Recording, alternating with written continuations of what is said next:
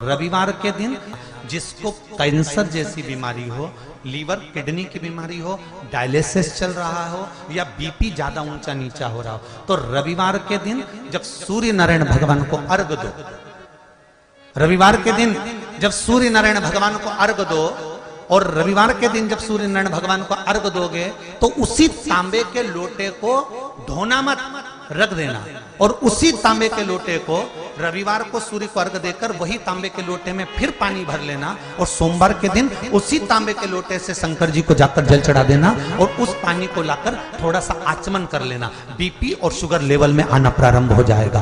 2-4 हफ्ते कर देखो। सूर्य नारायण भगवान को रविवार के दिन पूजा जाता है। वैसे तो नियम से रोज जल चढ़ना चाहिए, पर अगर बीपी शुगर वाले हैं, आप रोज जल चढ़ा रहे हो तो रविवार सोमवार का ध्यान कर लेना। रविवार को चढ़ाए तो सोमवार को शिव जी को चढ़ाए, उसी तांबे के लोटे से, उसी पात्र से। रविवार का दिन आता है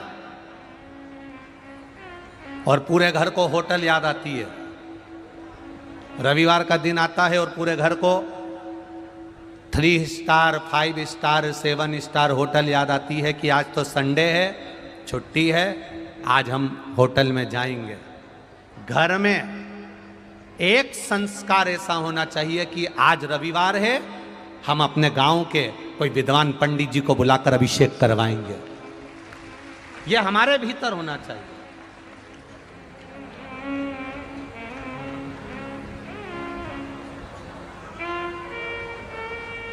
आज रविवार है, हम कुछ भगवान की अविरल भक्ति पूरा परिवार मिलकर हम भोजन करने के लिए होटल में जा रहे हैं।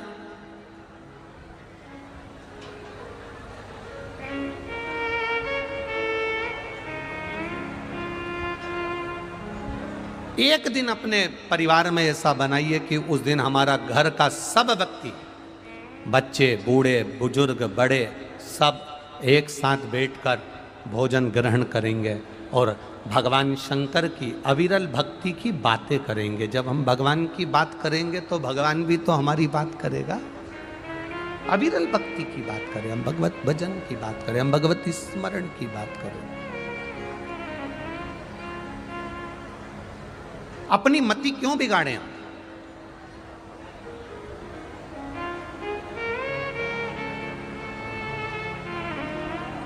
हम अपनी बुद्धि को, अपने चित्त को क्यों बिगाड़ रहे हैं? हम कभी मना नहीं करेंगे कि आप होटल मत जाओ, हम कभी मना नहीं करेंगे कि आप 5 स्टार 7 स्टार होटल में मत जाओ, क्योंकि हम अगर मना भी कर देंगे कि तुम होटल मत जाओ तो तुम क्यों मानोगे? हम तुमसे कह दे 7 स्टार होटल में मत जाओ तो तुम मानोगे क्या? हम तुमसे कह दे 5 स्टार होटल में मत जाओ, तुम मानोगे नहीं। तो जो तुम मानने वाले हो ही नहीं तो तुमको बोलकर फायदा कौन सा है?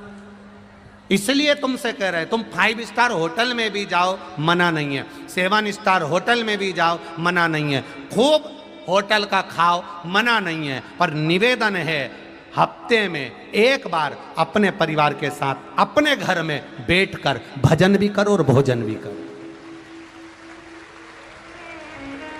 हम होटल जाने की मना नहीं करेंगे। आपका मन है, आप जा सकते हो, आपके पास में पूंजी है, आप खूब घूमो, खूब जाओ। बेलपत्र तोड़ने का भी एक तरीका होता है शंकर भगवान को चढ़ाने के लिए। कई लोग कहते हैं हम भगवान शंकर को बेलपत्र चढ़ाते हैं, शंकर जी खुश नहीं होते हैं। कारण है उसका, आपने गलती करी है बेलपत्र तोड़ने में। क्या गलती करी है? जिस डाली में लाइन से बेलपत्र रख रही थी उस डाली को तुमने तोड़ लिया और तोड़कर फिर बेलपत्र निकाली, उस डाली को तुमने बाद में ले जाकर पटक दिया। वो चढ़ी हुई बेलपत्र आपको कोई फल प्रदान नहीं करेगी। बेलपत्र का नियम है, वृक्ष की डाली में बेलपत्र लग रही है, उसी डाली में से बेलपत्र को तोड़ना चाहिए, डाली नहीं। अगर डाली तोड़कर फिर उसमें से बेलपत्र तोड़ी गई है तो वो बेलपत्र चढ़ाने पर भी फल प्रदान नहीं करती, पर डाली पर लगी हुई है और वहां से आपने बेलपत्र तोड़ी है, फिर उसको चढ़ाया, फिर 10 भी नहीं 20 भी नहीं, केवल 1 बेलपत्र भी चढ़ाई तो शिव ने स्वीकार कर लिया महाराज, ज्यादा नहीं। अब हम लोग क्या करते हैं, सावन का महीना आ गया, शिवरात्रि आ गई, डाली की दाढ़ी तोड़ लाए, आधी इनको दे दी तोड़ के, आधी उनको दे दी, डाली तोड़ी बाहर फेंक दी। अब बेलपत्री का वृक्ष माँ पार्वती का स्वरूप है। माता पार्वती के नयन अश्रु से प्रकट हुआ है, माँ के अश्रु भाग से प्रकट हुआ है। वो माता का स्वरूप है, उसमें लक्ष्मी, सरस्वती और 64 योगिनियां उसमें निवास करती हैं, सारे देवता उसमें निवास करते हैं। और उस बेलपत्री की डाली को हमने तोड़ दिया और हम सोचे कि हमको पुण्य मिलेगा, तो वो पुण्य नहीं मिल सकता, वो पुण्य समाप्त है।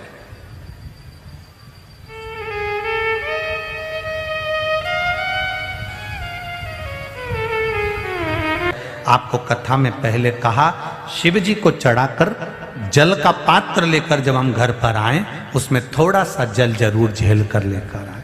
खाली पात्र मंदिर से नहीं लाना। थोड़ा सा भी जल है तो वो आचमन या घर में छींटने के लिए, सुख देने के लिए। दूसरा, माता पार्वती जी ने शिव जी को चढ़ाया है बेलपत्र, वो बेलपत्र भी प्रसाद का कार्य करता है, उसका भी सुख है। तीसरा, चंदन भगवान शिव को जो समर्पित करा गया, वो चंदन भी हमारे जीवन में, शिव को चढ़ा हुआ चंदन अगर मिल भी जाता है तो कोई फैक्ट्री, कोई दुकान, कोई व्यापार, कोई व्यवसाय में भी अगर तकलीफ है तो चंदन का जल हमें सुख प्रदान करता है। केवल उस चंदन के जल के 2 छींटे भी द्वार पर हो जाते हैं तो उसका फल हमें मिल जाता। शिव जी को चढ़ा हुआ आकड़ा, आकड़े का पुष्प रोग और बीमारी को हल लेता है। शिव जी को चढ़ा हुआ धतूरा सर्व सुख की अनुभूति करा देता है, बड़ी बीमारियों को हरण कर देता है। शिव जी को चढ़ा हुआ भस्म और शंकर जी पे चढ़ा हुआ रुद्राक्ष, ये भी वो प्रसाद है, शिव जी का दिया हुआ प्रसाद है रुद्राक्ष।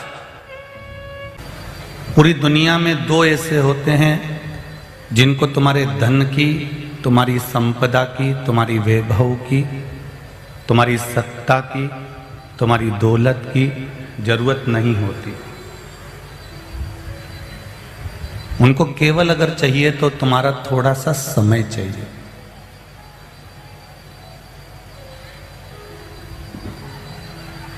दो दरवाजे पर, 2 द्वार पर जो समय देना चालू कर देता है तो उसका समय बदलना भी प्रारंभ हो जाता है।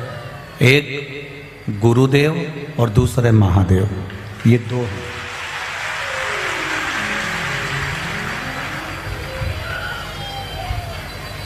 जिसने गुरुदेव के यहाँ पर जाकर गुरु आश्रम में, गुरु सेवा में, जहाँ पर आपने सेवा प्रदान करी है, और दूसरा है महादेव के द्वार पर।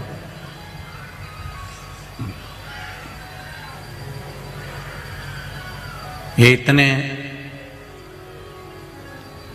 राजू भाई, घनश्याम भाई, मनीष भाई, उनकी मित्र मंडली और पूरी समाज, और यहाँ सखी मंडल, महिला मंडल, और ना जाने कौन कौन कितनी सेवा दे रहे हैं। तो आपको ये प्रसन्नता होना चाहिए कि हम किस जगह पर सेवा दे रहे हैं। एक तो सेवा दे रहे हो देवाधिदेव महादेव के यहाँ, और दूसरी सेवा दे रहे हो शिव महापुराण, जिसको हम गुरु मानकर चलते हैं। उस गुरु देव को और महादेव को आपने समय दिया है, तो आपका भी समय सुधरने में देरी नहीं लगेगी, निश्चित है वो सुधरेगा।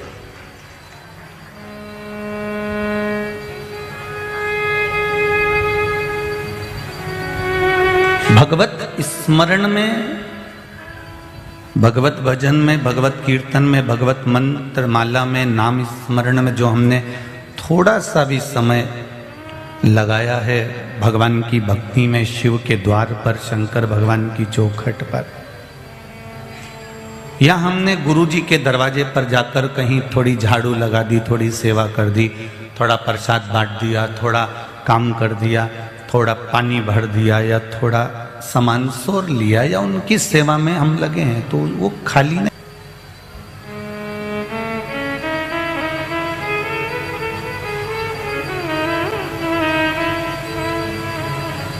दो द्वार पर दिया गया समय, 2 दरवाजे पर लगाया गया आपका समय कभी व्यर्थ नहीं जाएगा।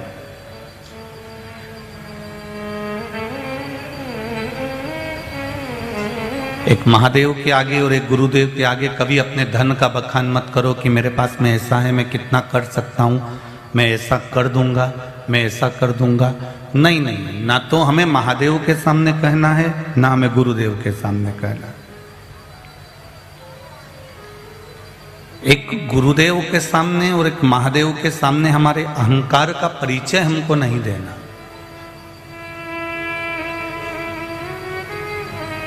थोड़ा सा अहंकार राजा परीक्षित के मस्तक पर चढ़ गया था, थोड़ा सा अभिमान राजा परीक्षित को आ गया था, थोड़ी सी अभिमत्ता राजा परीक्षित को आ गई थी, तो मृत्यु उसके करीब में आ गई थी।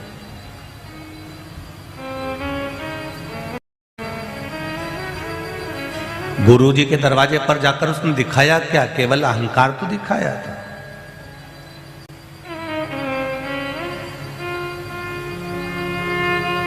शमीक ऋषि के आश्रम में पहुंचकर राजा परीक्षित ने अपने अभिमान को प्रकट करा कि मैं आया हूं, इतना बड़ा राजा आया है और ये प्रणाम नहीं कर रहे, नमन नहीं कर रहे और ना उठकर पानी पिला रहे हैं। तो उनको क्रोध आ गया, और क्रोध आया तो वो उसने मरा हुआ सांप उठा के उनके गले में डाल दिया।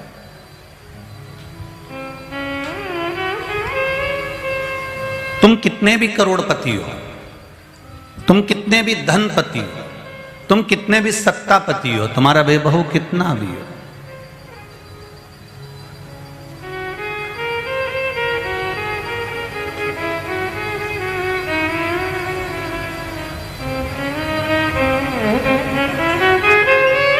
प्रत्येक 7 वर्ष में शरीर की गतिविधि बदलती है।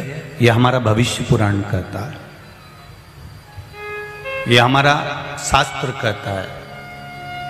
प्रत्येक 7 साल में हमारा शरीर बदलता रहता है, प्रत्येक 7 साल में। अभी जितना विकास है, फिर कुछ विकास होगा शरीर का, फिर कुछ विकास होगा। इससे 7 साल में जब शरीर बदलता रहता है तो शरीर की गतिविधि भी बदलती रहती है।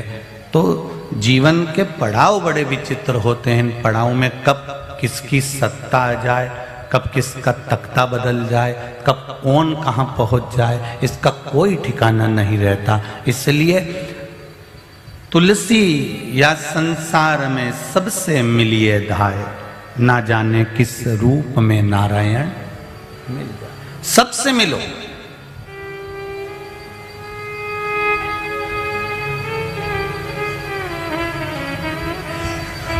सबके प्रति समर्पण का भाव रखिए। पर गुरु के द्वार पर जाकर जैसे राजा परीक्षित ने थोड़ा सा अहंकार दिखा दिया था, थोड़ा सा अभिमान दिखा दिया था। अभिमान ये दिखाया कि मैं हस्तिनापुर का नरेश आया हूं और ये मेरे को पानी तक नहीं पिला सकता, ऐसा गुरु है। गुरु के दरवाजे पर दिखाया अहंकार। गुरु कभी कुछ नहीं कहता। शमीक ऋषि ने कोई श्राप नहीं दिया, कोई अपशब्द नहीं किया, कोई ताना नहीं दिया, कोई आड़ी टेढ़ी बात नहीं करी, कोई गलत बात नहीं करी। पर शमीक ऋषि ने कुछ नहीं कहा। पर जो श्रृंगी ऋषि थे, जो श्रृंगी बाबा थे, उन श्रृंगी ऋषि ने श्राप दे दिया। जिस राजा ने मेरे पिता के गले में मरा हुआ सर्प डाला है, उसकी मृत्यु 7वें दिन तक्षक नाग के डसे से हो जाए।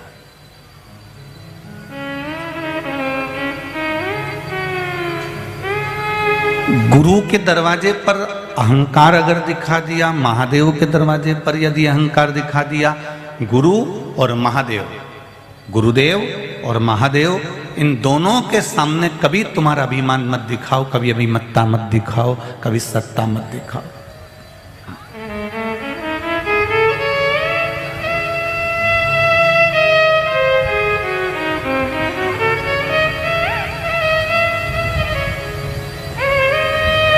गुरुदेव और महादेव के सामने जाकर हमेशा एक बात कहो कि मैं तो तुम्हारे चरणों की धूल हूं, मेरे पास में कुछ भी नहीं, कुछ नहीं।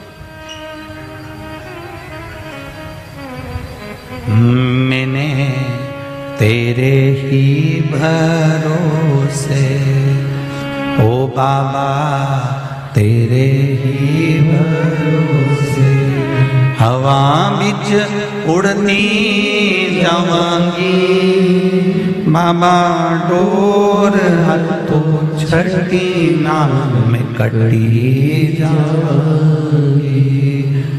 भोले में तेरी भक्ति, गुरुदेव में तेरी भक्ति, हवा बिच उड़ती जावांगी, बाबा डोर हाथों छठी नाम में कटी जावांगी।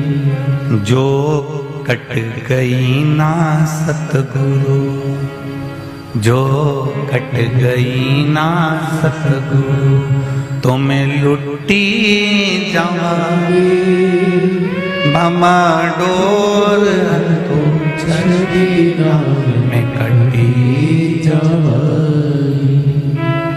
गुरु जब तक पकड़ कर रखे,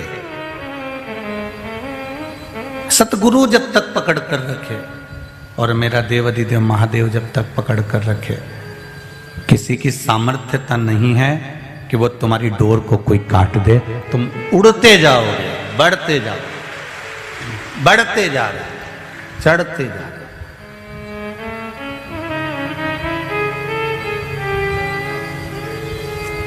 करोड़ों के धन के साथ में भी गुरु के पास में जाकर मत कहना कि मैं गुरुदेव मेरे पास में इतना है और मैं ये आप बोलो मेरे पास तो खूब है, आप बोलो तो सही। नहीं नहीं नहीं, गुरु के पास जाकर कहना गुरुदेव जो है सब आपका है, आप कह दोगे तो ये पंखड़ी आपको उठा कर दे दूंगा। मेरे पास तो मेरा खुद का कुछ भी नहीं है, ये तेरी दया से मिला है।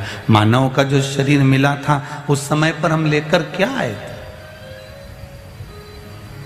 माँ के गर्भ से जब जन्म हुआ था तब ये भी नहीं मालूम था कि हमारी आंखें भी दो होंगी, कि नासिका के छिद्र भी सही होंगे, कि हम हाथ पैर से चल फिर सकते हैं क्या?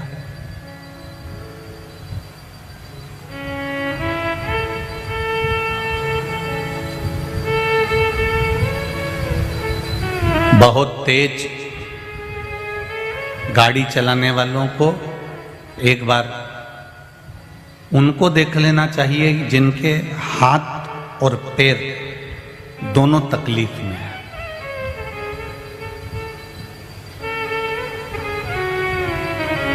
गुजरात के छोकरा होन, डीकरा होन,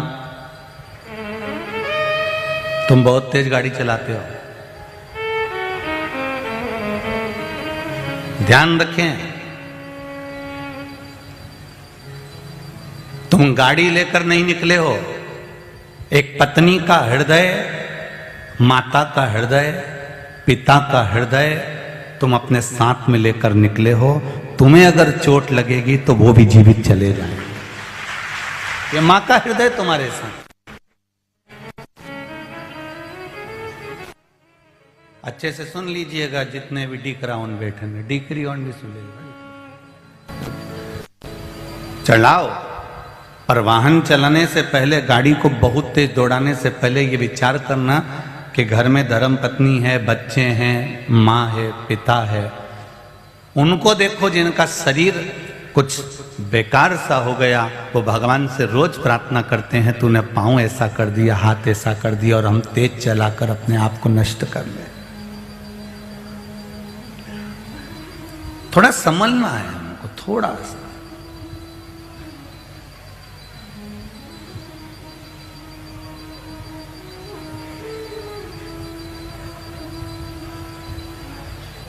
गाड़ी में और गाली में कौन कौन सी चीज में? बोलो बोलो, जम के बोलो। गाड़ी और गाली, इसमें थोड़ा सा ब्रेक लगाकर चलो। शिशुपाल ने गालियां देना चालू करी थी तो शिशुपाल निपट गए थे। दोनों में थोड़ा सा ब्रेक लगाकर चलिए। कुछ अपशब्द, कुछ ताने, कुछ आड़ा टेढ़ा हम ना बोलें जिससे कहीं जीवन हमारा व्यर्थ नष्ट हो जाए। संबंध और शब्द ये दो चीजें ऐसी हैं, संबंध बार बार टूट जाते हैं, संबंध बिखर सकते हैं, संबंध समाप्त हो सकते हैं, और शब्द कभी समाप्त नहीं होते। किसी ने तुमको एक तलवार से घाव लगा दिया, वो घाव भरा जाएगा। बंदूक से गोली मार दी, गोली का घाव भरा जाएगा। किसी ने पत्थर मार दिया, पत्थर का घाव भरा जाएगा। पर जो शब्द मुख से कहे जाते हैं उसका घाव कभी जिंदगी में नहीं भराता, वो मरते दम तक रहता है, वो नहीं भराता। नई नवेली बहू आई, सास ने अगर दो शब्द उस समय पर कह दिया, नई बहू आई है, थोड़ा संभल कर चलिए, प्रेम से चलिए, उसको कोई ऐसा शब्द मत बोल देना कि वो जिंदगी भर याद रखे। और होता है किसी किसी बहू के साथ में जो बात, जो व्यवहार पति कुछ बोल देता है, या सास कुछ बोल देती है, या ससुर कुछ बोल देता है, देवरानी जेठानी कुछ बोल देती है, भले वो बुढ़ापा भी आ जाता है ना तो वो बहू भूलती नहीं है, चार लोगों में कह देती है हमारे साथ तो खूब करा।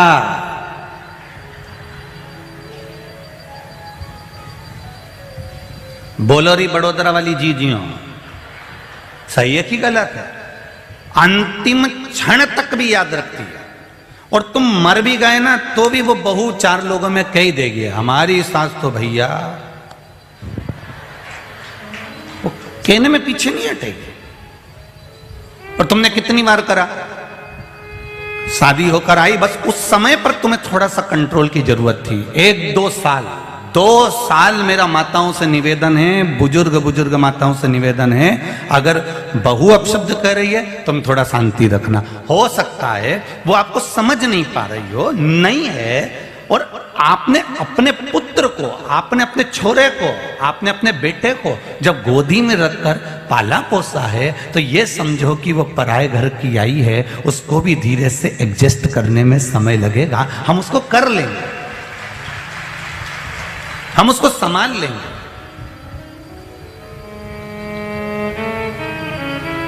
एकदम प्रेशर दोगे ना तो दिक्कत है, एकदम।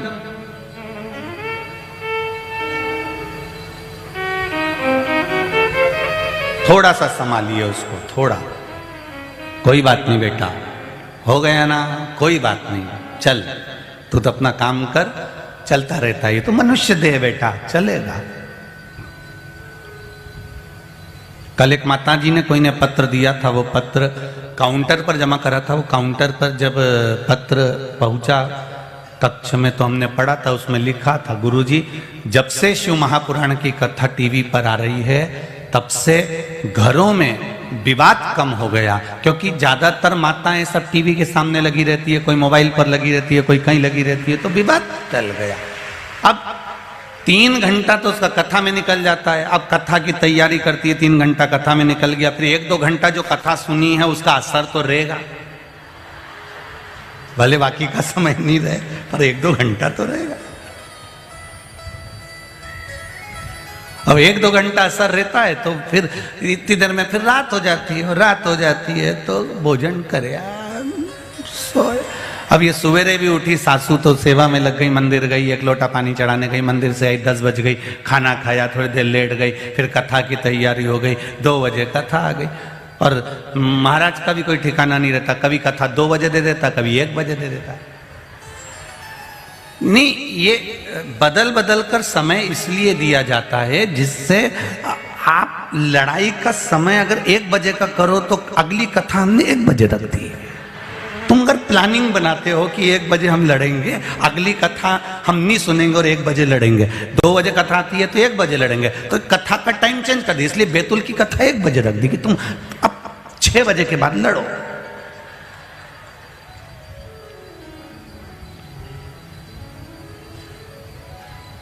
एक बेटे को तुम अपनी गोदी में रखती हो मेरी मां, एक पुत्र को अपनी गोदी में रखती हो। हम हमेशा इस कथा के माध्यम से, व्यासपीठ से हमेशा कहते हैं, न सास बुरी होती है न बहू बुरी होती है, केवल कुछ समय की घड़ी ऐसी होती है, समय ऐसा होता है, कुछ समय का चक्र ऐसा होता है, वो आपस में बैर उत्पन्न करा देता है। आपको क्या करना है, न सास बुरी है न बहू बुरी है, उस समय को थोड़ा सा काट दो, 1 साल, 1.5 साल, 2 साल का समय बेकार आता है, उस समय को थोड़ा सा काट दो। अगर समय कट गया ना तो फिर सास बहू में इतना प्रेम होगा कि लोग देखते रह जाएंगे। उस समय को हमें काट, वो समय हमारा नहीं कटता, बस बात वही है। उसने बोला और तुमने जवाब दिया, तुमने बोला उसने जवाब दिया, इस समय को काट दो। वो बोले और तुम मोबाइल में कथा सुनना,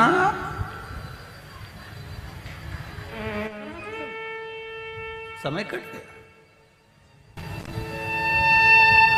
गुस्सा कितनी देर का आता है? पूरे दिन भर का है? पूरे दिन भर का तो किसी को गुस्सा नहीं आता होगा। गुस्सा कितनी देर का आता है? थोड़ी सी देर का। उस थोड़ी सी देर के गुस्से में व्यक्ति कमरे में गया, घर के अंदर गया, चक्कू उठा लाया, तलवार उठा लाया और किसी को मार दिया। कितनी देर लगी? 10 मिनट। अंदर गया, डंडा लाया, तलवार लाया, बंदूक लाया, चक्कू लाया और गोद दिया। अब 10 मिनट उसको मारने में लगे।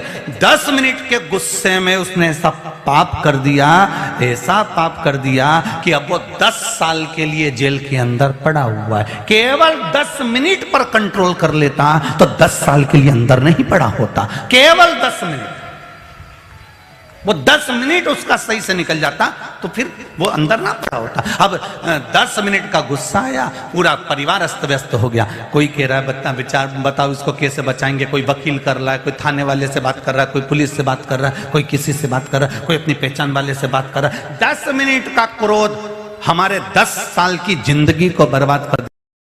इसलिए जिस समय क्रोध आए, जिस समय पूरे क्रोध के समय पर तुम्हारे साथ में लोग होंगे जो तुमको और चने के झाड़ पर चढ़ाएंगे। हाँ हाँ ला डंडा दे धर के। और जब केस लड़ने का समय आएगा तब कोई नहीं रहेंगे। तुम्हें अकेले थाने में पड़े रहना है, तुम्हें अकेले कोर्ट में खड़े रहना है और तुम्हें अकेले को भुगतना है। व्यक्ति के कर्म का दंड व्यक्ति को भोगना है, अकेले भोगना है, कोई दूसरा नहीं भोगेगा।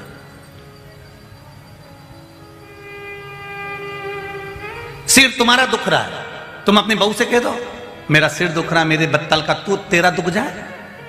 दुख जाएगा बहू का? नहीं दुखेगा। कर्म दंड हमें भोगना है। हमारे शरीर में कष्ट तो हम भोगेंगे। इसलिए हम भाइयों से भी कहते हैं, हर पल कहते हैं कि दुकान पर बैठकर तुमने अगर जो कमाया है प्रयास करना कि उस बीच में भी तुम भगवान का भजन करते रहना। क्यों? तुम्हारे पत्नी, बच्चे सब तुम्हारे धन के हिस्सेदार रहेंगे। परिवार वाले तुम्हारे धन के हिस्सेदार रहेंगे। कुटुंब वाले, माता पिता, भाई बंधु, सखा, पत्नी, बच्चे, बेटा बेटी, जमाई दमाद सब तुम्हारे धन के हिस्सेदार रहेंगे। पर तुम्हें जो कर्म भोगना है उसका हिस्सेदार एक भी नहीं रहेगा। तुम्हें अकेले को भोगना पड़ेगा, कोई दूसरा नहीं भोगेगा, तुम्हें अकेले को भोगना।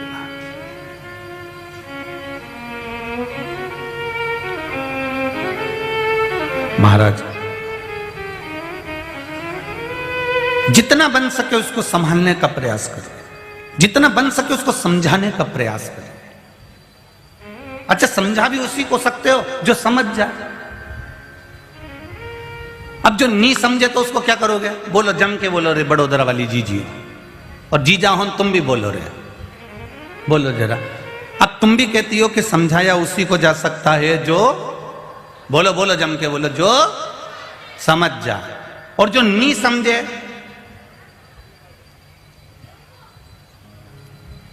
नहीं समझाओगे ना उसको तो फिर बहू से क्यों भिड़ती हो? जब वो समझे ही नहीं तो क्या भिड़ना?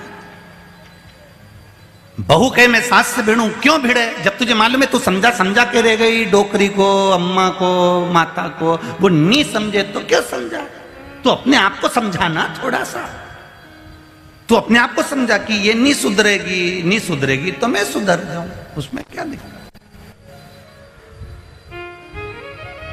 आप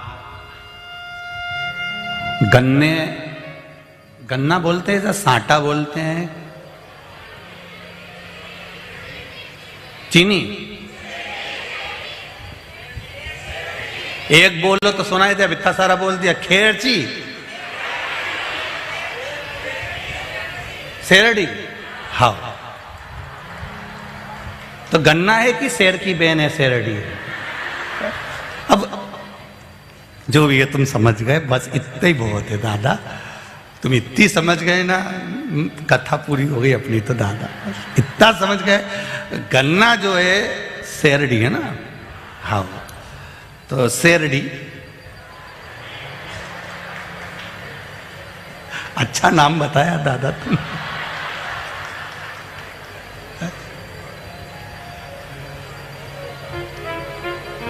पहले तो गुजरात वालों को बधाई, आज 8 तारीख की।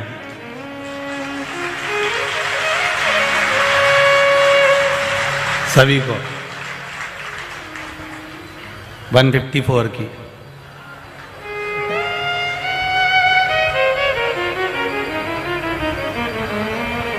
हमेशा 130 पे रहते थे, अब की बार महादेव की कथा थी ना, 154 पे पहुंचा दिया। अब गन्ने में, शेरडी में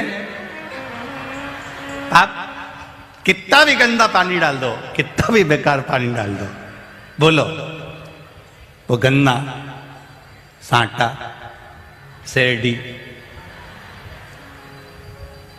खट्टा होगा कि मीठा होगा? मीठा होगा। और नींबू के पौधे में तुम शक्कर घोल घोल के डाल दो, नींबू खट्टा रहेगा कि मीठा हो जाएगा? खट्टा रहेगा। जब तुमको मालूम है कि ये नींबू का पौधा है और इसमें कितनी भी शक्कर डाल दो ये मीठा नहीं होगा, तो तुम्हें मालूम है कि ये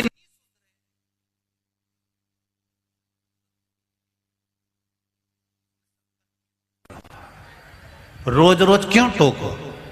बेटा ऐसा कर ले, बेटा वैसा कर ले। अब तुम्हें मालूम है कि ये, तो फिर क्या करना पड़ेगा? कुछ मत करो, शक्कर बर्बाद मत करो घोल घोल के डालने में नींबू के पौधे में।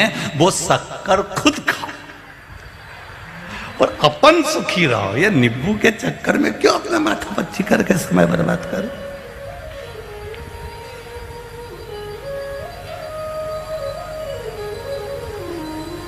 कई लोग हमसे भी कहते हैं, ऐसा नहीं कि तुमसे कहते हैं, कई लोग हमारे पास में भी पत्र भेजते हैं, गुरु जी, ओ महाराज जी, इतने सारे लोग तुम्हें कथा में सुनने के लिए आते हैं, क्या इन सबको कथा समझ में आ जाती है? आदि बहुत तो यूं ही मुंडी हिला देती होगी। क्या इतने लोगों को कथा समझ में आ जाती है? हमने कहा नहीं आती। ये 100 लोगों में से अगर 40 को कथा समझ में आ रही है और बाकी की जो 60 है वो न्यूज मुंडी हिला है, तो फिर इनको आना ही नहीं चाहिए। हमने कहा क्यों नहीं आना चाहिए? एक नल के नीचे एक लगा हंडा, मटका, वो मटके में पानी भरा रहा है। ये 40 लोग वो हैं जिनके अंदर पानी भरा रहा है, और 60 लोग ऐसे हैं जो नल के नीचे बैठे हैं और मटका उल्टा है, हंडा उल्टा है। परंतु भले इनमें पानी नहीं भरा रहा, पर नल के नीचे जब तक लगे हुए हैं तब तक ठंडे तो है, शीतल तो है, बस उतना ही है। 40 लोगों में अगर कथा समाहित हो गई, 40 लोगों में कथा पहुंच गई, 60 में नी भी पहुंची, ने यूं मुंडी हिला दी। परंतु भले कुछ भी हो, शीतलता तो है। 3 घंटे की कथा होती है, 2 बजे से 5 बजे तक, सवेरे 9-10 बजे से आप लोग 8 बजे से घर से निकलो, 7 बजे से निकलो, यहाँ पहुंचे, फिर रात्रि को जाओ, फिर अपने काम में लग जाओ। रात को हमें सूचना मिल रही थी, वो अभी बता रहे थे और सब परिवार वाले बता रहे थे, बहड़िया परिवार के, कि रात को यहाँ 1:30, 2-2 बजे तक तो ऐसा मेला लगा रहता गुरुजी, पूरे बड़ोदरा के लोग आके आनंद ले लेते हैं। तो ये तो एक आनंद का भाव है।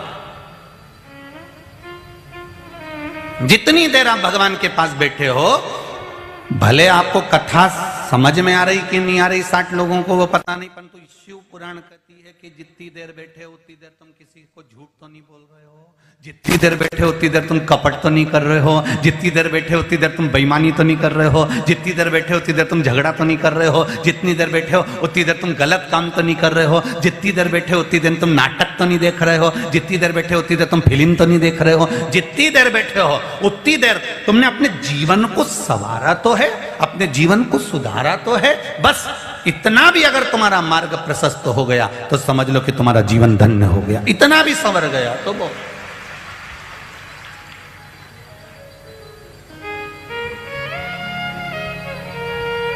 बोल बम का नारा है, एक सहारा।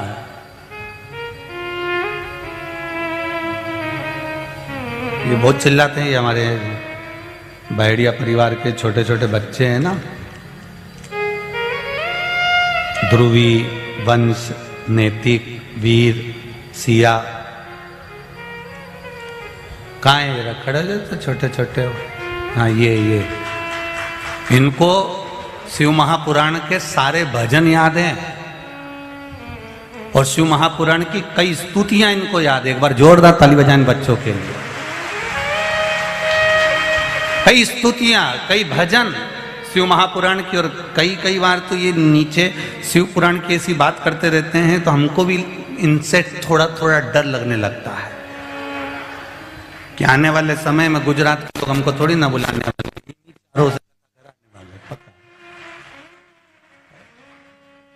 बैठो बेटा बैठो, श्री शिवाय।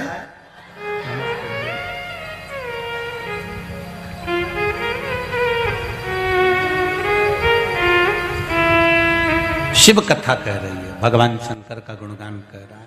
एक गुरुदेव, दूसरा जम के बोलो महादेव। ये दो ऐसे होते हैं, इनके सामने कभी अभिमान के शब्दों का संबोधन नहीं। शिव के पास भी जाओ उसके चरणों की पूंजी को पाने के लिए जाना, और गुरुदेव के पास जाओ तो उनके चरण की रज पाने के लिए जाना। राजा परीक्षित को थोड़ा सा अहंकार आ गया था गुरु के दरवाजे पर जाने पर, और गुरु के द्वार पर पहुंचकर उसने अभिमान का शब्द ये कह दिया कि मैं आया और इन्होंने मुझे पानी तक नहीं पिलाया। क्रोध में आ गया राजा परीक्षित, मरा हुआ सर्प उठाकर डाल दिया था। तो श्रृंगी ऋषि ने श्राप दे दिया था कि तू 7 दिन में मर जाएगा। जब व्यक्ति के भीतर अहंकार प्रकट हो जाता, अभिमान सामने आ जाता है, फिर वो नष्ट हो जाता। जैसे एक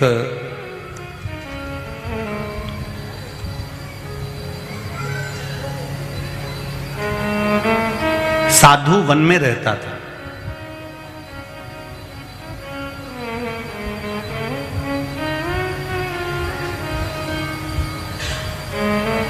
सबसे पहली भस्म भक्त ने भगवान को लगाई थी कि भगवान ने भक्त को लगाई थी? कोई तुमसे पूछ सकता है।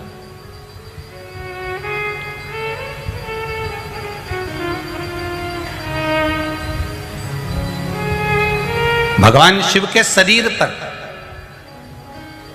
सबसे पहली भस्म का दर्शन शंकर भगवान ने, उस भस्म का दर्शन किसको दिया था? कभी कभी जब समाज के फंक्शन होते हैं उसमें जब क्वेश्चन पूछे जाते हैं तो उसमें यह प्रश्न रखना चाहिए कि सबसे पहली भस्म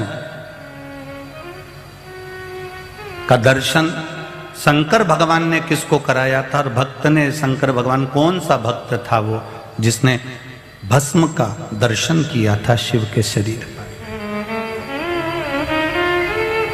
और वो भस्म भी उस भक्त के कहने पर प्रसाद के रूप में मिलने लगी। आप उज्जैन जाएंगे तो वहां भस्म मिलती है, बोलो रे जी मिलती कि नहीं मिलती? आप काशी जाएंगे तो वहां भस्म मिलती है। आप जहां शंकर भगवान के द्वार पर जाएंगे, आप गोरखनाथ जी का दर्शन करने जाएंगे, वहां भस्म प्राप्त होती है। आप किसी अन्य स्थान पर पहुंचेंगे तो वहां भस्म प्राप्त होती है। उस भस्म की महत्वता, भस्म को प्रसाद के रूप में क्यों दिया जाता है, भस्म का प्रसाद किस कार्य में आता है?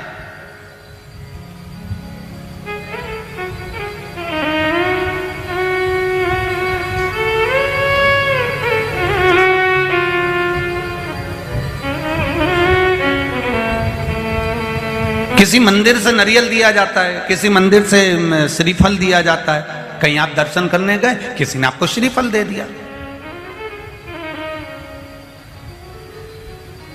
दो जगह पर मिला हुआ श्रीफल का स्मरण करिएगा जरा।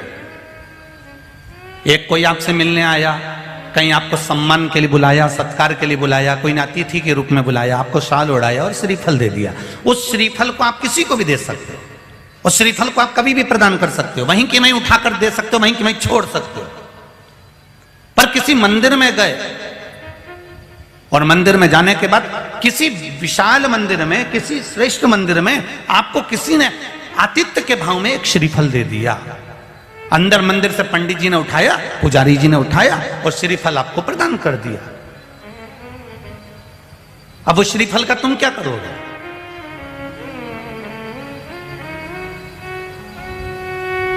अब किसी को लगता है कि हम इसको फोड़ कर खा गए और अपमान हो गया तो भगवान का, और किसी को लगता है इस श्रीफल को हम अपने घर में कहीं लाल कपड़े में, कहीं पीला कपड़ा में, कहीं इस कपड़े में बांध के रख लेते हैं।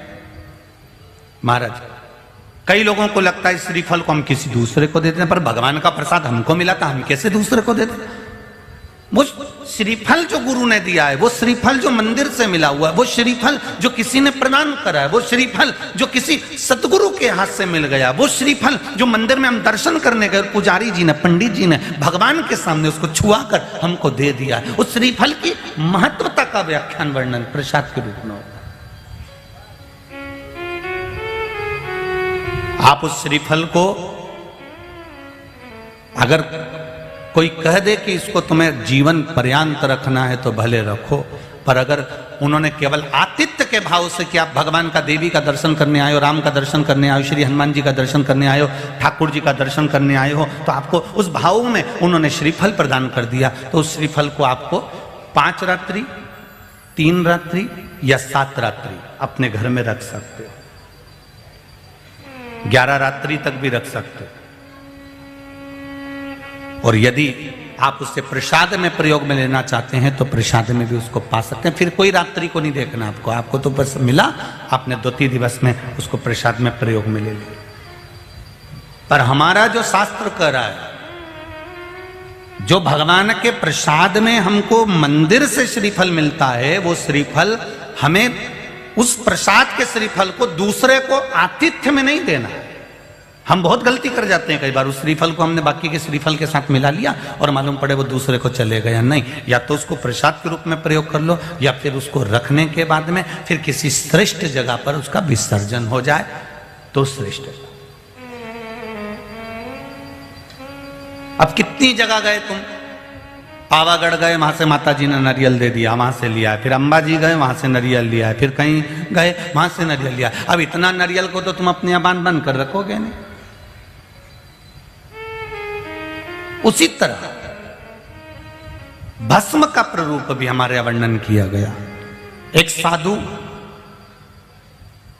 जिसका नाम था प्रनद, क्या नाम है, जम के बोलो जरा, प्रनद बोलो जम के। प्रनद नाम का साधु, तपस्वी, मुनि, संत, जो भगवान शंकर की आराधना करता, उसको शिव की आराधना के सिवा कुछ भाता ही नहीं है।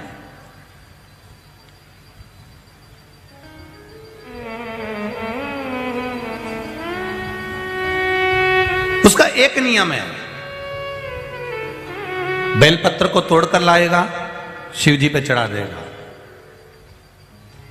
प्रनद एक ऐसा संत, प्रनद एक ऐसा साधु, प्रनद एक ऐसा मुनि, प्रनद एक ऐसा तपस्वी जो पत्तियां तोड़ता था, डाली नहीं, और केवल बेलपत्री की पत्तियां नहीं तोड़ता था, जो पौधा उसको मिल जाता था उसकी पत्ती तोड़कर ले आता था, शिव जी को चढ़ा देता था।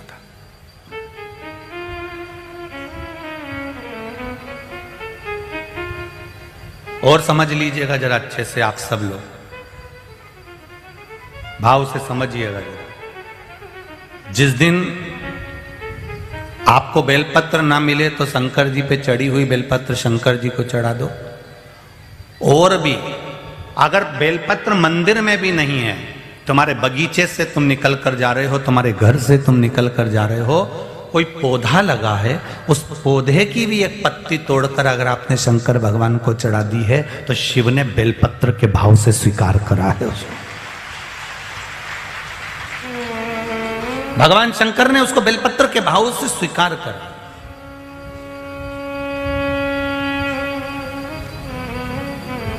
भगवान शिव उसको स्वीकार कर लेते। एक पत्र आया है, देखिए।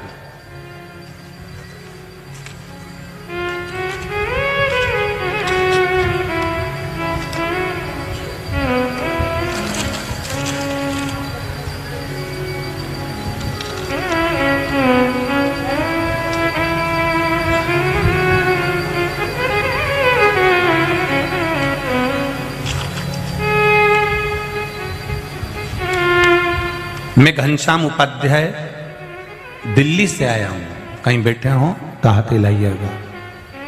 घनश्याम जी उपाध्याय दिल्ली, किसी जगह पर बैठे हो तो दोनों हाथ हिलाइएगा। घनश्याम उपाध्याय दिल्ली। अच्छा, इधर वाले पंडाल में, पहले नंबर के पंडाल में, इधर वाले में आस्था वालों को दिखे तो कैमरे से अवश्य देखिएगा। दोनों हाथ हिला दीजिए उपाध्याय जी एक बार। मैं घनश्याम उपाध्याय दिल्ली से, मेरे को, हाँ ठीक है उपाध्याय जी दिख गए हो आप, एक बार दोनों हाथ हिला दीजिए। श्री शिवाय नमस्तुभ्यम। मैं घनश्याम उपाध्याय दिल्ली से, मेरे को 15 साल से पथरी का इलाज चल रहा था और डॉक्टर ने ऑपरेशन का बोला था और बोला था कि आपके गुर्दे में 16 mm की पथरी फंस गई है। हो सकता है कि आने वाले समय में अगर यह पथरी का इलाज नहीं हुआ, यह पथरी गुर्दे के अंदर से नहीं निकाली, तो हो सकता है कि आपके प्राणों को भी तकलीफ रहे। बाबा, एक लोटा जल शिव जी को समर्पित करना, भगवान शंकर को चढ़ी हुई ही बेलपत्र को उठाकर, मेरे पास नहीं, चढ़ी हुई बेलपत्र को वापस उठाकर लेकर आ जाना, खा लेना। बाबा की कृपा से दूसरी बार जब जांच कराने के लिए गया दिल्ली के हॉस्पिटल में, तो बाबा की ऐसी कृपा हुई कि मेरी पथरी जो गुर्दे में थी वो 16 mm की पथरी समाप्त हो चुकी थी, पथरी नहीं थी। मैं दिल्ली से केवल बाबा को प्रणाम करने के लिए आया हूं, यहां से एक ही दिन के लिए बाबा को नमन करने के लिए आया हूं कि बाबा आपने मुझे ऑपरेशन होने से बचा लिया और मेरी पथरी समाप्त कर दी। मैं बाबा को प्रणाम करने आया हूं। बैठिए उपाध्याय जी, बैठिए। श्री शिवाय नमस्तुभ्यम। शिव की भक्ति, शंकर का स्मरण, भगवान शिव ये नहीं देख रहे हैं कि आप बेलपत्र तोड़कर लाए हो, भगवान ये देख रहा है कि तुम दिल कैसा लाए, मन क्या लाए, हृदय क्या लाए।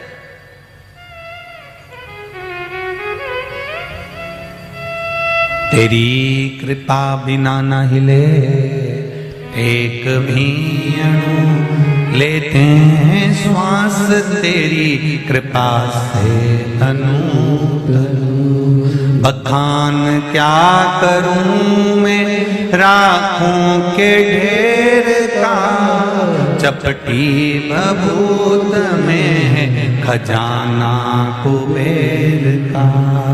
हे गंगधार मुक्ति द्वार ओमकार तू, बाबा ओमकार तू। आयो शरण तिहारी शंभु तार तार तू। आप दिल से भगवान को, नहीं है आपके पास में बेलपत्र, आज मंदिर ये प्रणत की कथा कर रही है, जो पत्ती मिलती थी वो बाबा को चढ़ा देता था, जो मिल गया वो शिव को समर्पित।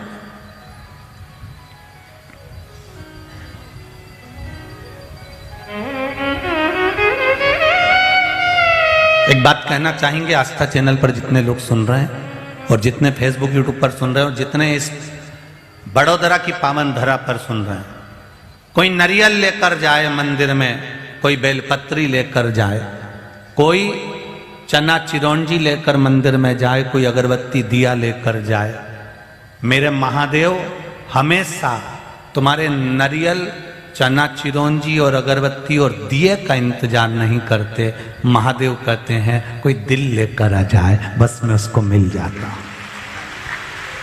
नारियल लाने वाले ढेर मिलेंगे, अगरबत्ती लाने वाले ढेर मिलेंगे, चना चिरौंजी लाने वाले ढेर मिलेंगे, भगवान को 10 रुपया 5 रुपया भेंट चढ़ाने वाले ढेर मिलेंगे, 100 200 500 रुपए चढ़ाने वाले भी ढेर मिलेंगे, 1 रुपया चढ़ाने वाले भी ढेर मिलेंगे, दिया लगाने वाले भी ढेर मिलेंगे, अगरबत्ती लगाने वाले भी ढेर मिलेंगे।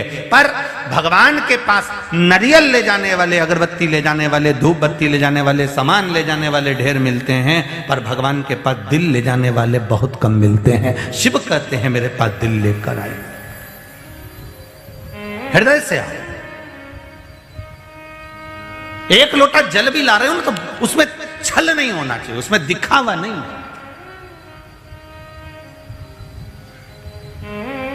प्रत्येक घर के व्यक्ति को कह दो, और मेरा तो माताओं से भी निवेदन, अपने अपने पतियों से भी कहो, दुकान पर जाते हो, नौकरी पर जाते हो, सर्विस में जाते हो, सुबेरे उठो, सबसे पहले 1 लोटा जल शंकर भगवान को चढ़ाइए। कारण क्या उसका, क्या कारण है? दुकान पर बैठकर पति कमा रहा है, नौकरी करने पति जा रहा है, सर्विस करने पति जा रहा है, कमाकर वो ला रहा है अपने बच्चों के लिए, अपनी पत्नी के लिए, अपने परिवार के लिए। सुबह 8 बजे का, 9 बजे का, 10 बजे का निकलता है, शाम को 6 बजे थक कर अपने घर में आता है। घर में आया बेचारा, चुपचाप आया, भोजन करा, विश्राम किया, फिर सुबह जाने की तैयारी हो जाती है। ऑफिस में, नौकरी में, धंधे में, सर्विस में उसको झूठ भी बोलना पड़ता है, उसको बेईमानी भी करना पड़ती है, उसको कपट भी करना पड़ता है, उसको छल भी करना पड़ता है, तब जाकर वो अपने परिवार का भरण पोषण कर सकता है।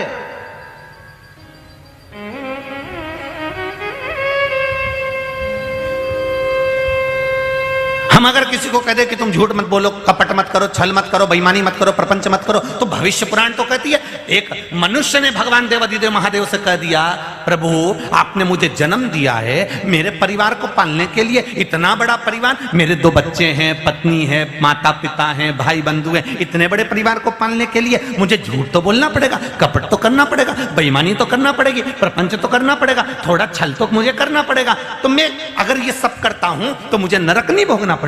देवादिदेव महादेव ने कहा तुझे नरक तो भोगना पड़ेगा, तो फिर आप बताओ कि मैं परिवार कैसे चलाऊं? शंकर जी ने कहा, महादेव ने कहा, तू झूठ बोल, कपट कर, छल कर, बेईमानी कर, प्रपंच कर, मना नहीं, परिवार को पालने के लिए सब कुछ करेगा, पर एक काम जरूर करना कि परिवार को पालते पालते राम नाम कृष्ण नाम जपते चलना, तो तेरा भी जीवन सार्थक होता चलेगा। हम कमाने में तो लग गए, पर भगवान को हमने छोड़ दिया। ये पत्नी का फर्ज है, धर्म पत्नी का फर्ज है, अपने पति को 1 लोटा पानी भर कर दे। स्नान करके आयो, पानी उठाओ, पहले शंकर जी के मंदिर जाओ, जाओ जरा, पास में ही मंदिर है ना, चले जाओ, 1 लोटा जल चढ़ा के आओ, जाओ तो जरा जल्दी से। ये पत्नी को करना पड़ेगा।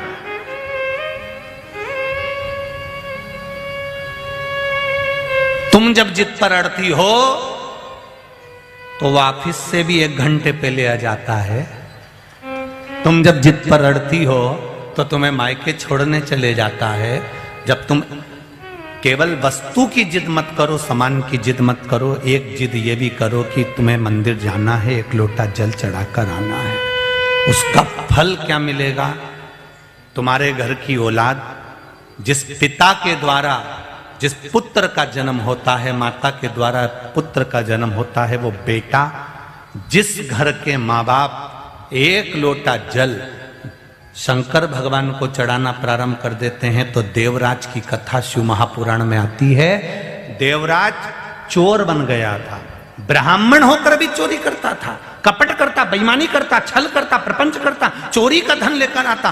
पर शंकर जी के मंदिर में चले गया, शिव मंदिर से बाहर आया, और शिव मंदिर से बाहर आने के बाद में बेलपत्री के नीचे उसने प्राण त्यागे। प्राण त्यागे, देवादिदेव महादेव उसको नंदी पर बिठा कर लेकर जा रहे थे, तो उसने शंकर भगवान के गणों से पूछ लिया, मेरे जैसे पापी के लिए शंकर भगवान नंदी लेकर आए? ऐसा मैंने कौन सा पुण्य कर दिया? तो कह दिया, देवराज तूने कोई पुण्य नहीं करा, पुण्य तो तेरी माँ ने करा था। रोज शिव जी के मंदिर में 1 लोटा पानी चढ़ाती थी, उसका पुण्य तेरे खाते में आ गया। मां ने जो पुण्य करा वो बेटे के खाते में चले गया। माता पिता जो पुण्य करते हैं, बाप ने पिता ने कर्जा लिया है तो बेटे को तो चुकाना पड़ेगा। उसी तरह अगर पिता ने अगर थोड़ा सा पुण्य करा है तो तुम्हारा बेटा कभी गलत मार्ग पर नहीं जा सकता, तुम्हें वृद्धाश्रम नहीं छोड़ सकता, ये निश्चित है। उस पुण्य को तुम्हें कमाना पड़ेगा। बाप कर्जा करेगा तो बेटे को चुकाना पड़ेगा, और बाप पुण्य करेगा तो बेटा प्रबल बनेगा, ये निश्चितता है। आप करो पुण्य, आप करो शंकर। हम ये भी नहीं करें कि तुम मंदिर में जाकर खुद खूब पैसा चढ़ाओ, हम ये भी नहीं करें कि तुम बहुत सारा भोग लगाओ, हम ये भी नहीं करें कि तुम बहुत सारा दान करो, हम ये भी नहीं करें कि तुम बहुत सारा ले जाकर मंदिर में छोड़ दो। मत दो, तुम तुम्हारा पैसा तुम्हारे ऊपर खर्च करो। अगर 10,000 रुपये महीना कमाते हो, 20,000 रुपये महीना कमाते हो, कम से कम 2,000 रुपये तो अपने ऊपर खर्च करके देखो रे। जोड़ जोड़ के मरे जा रहे। औलाद एप्पल का मोबाइल चला रहा है और तुम वही कीपैड पे लगे।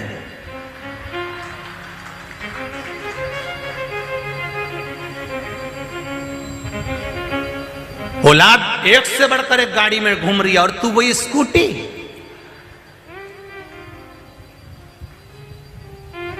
औलाद अपनी पत्नी को लेकर रोज मॉल में जा रहा, रोज टीवी देखने, रोज फिल्म देखने जा रहा, और तुम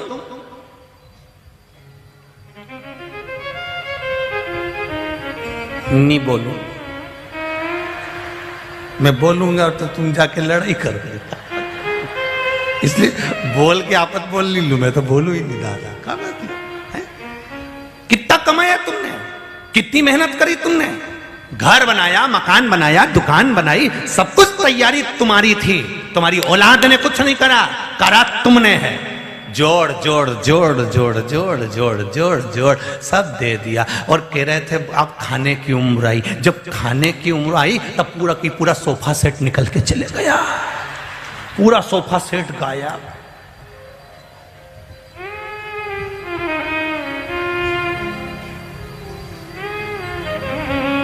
अब सोचा अब खाऊंगा। बादाम खा लिए एक दिन 10-12, मालूम पड़े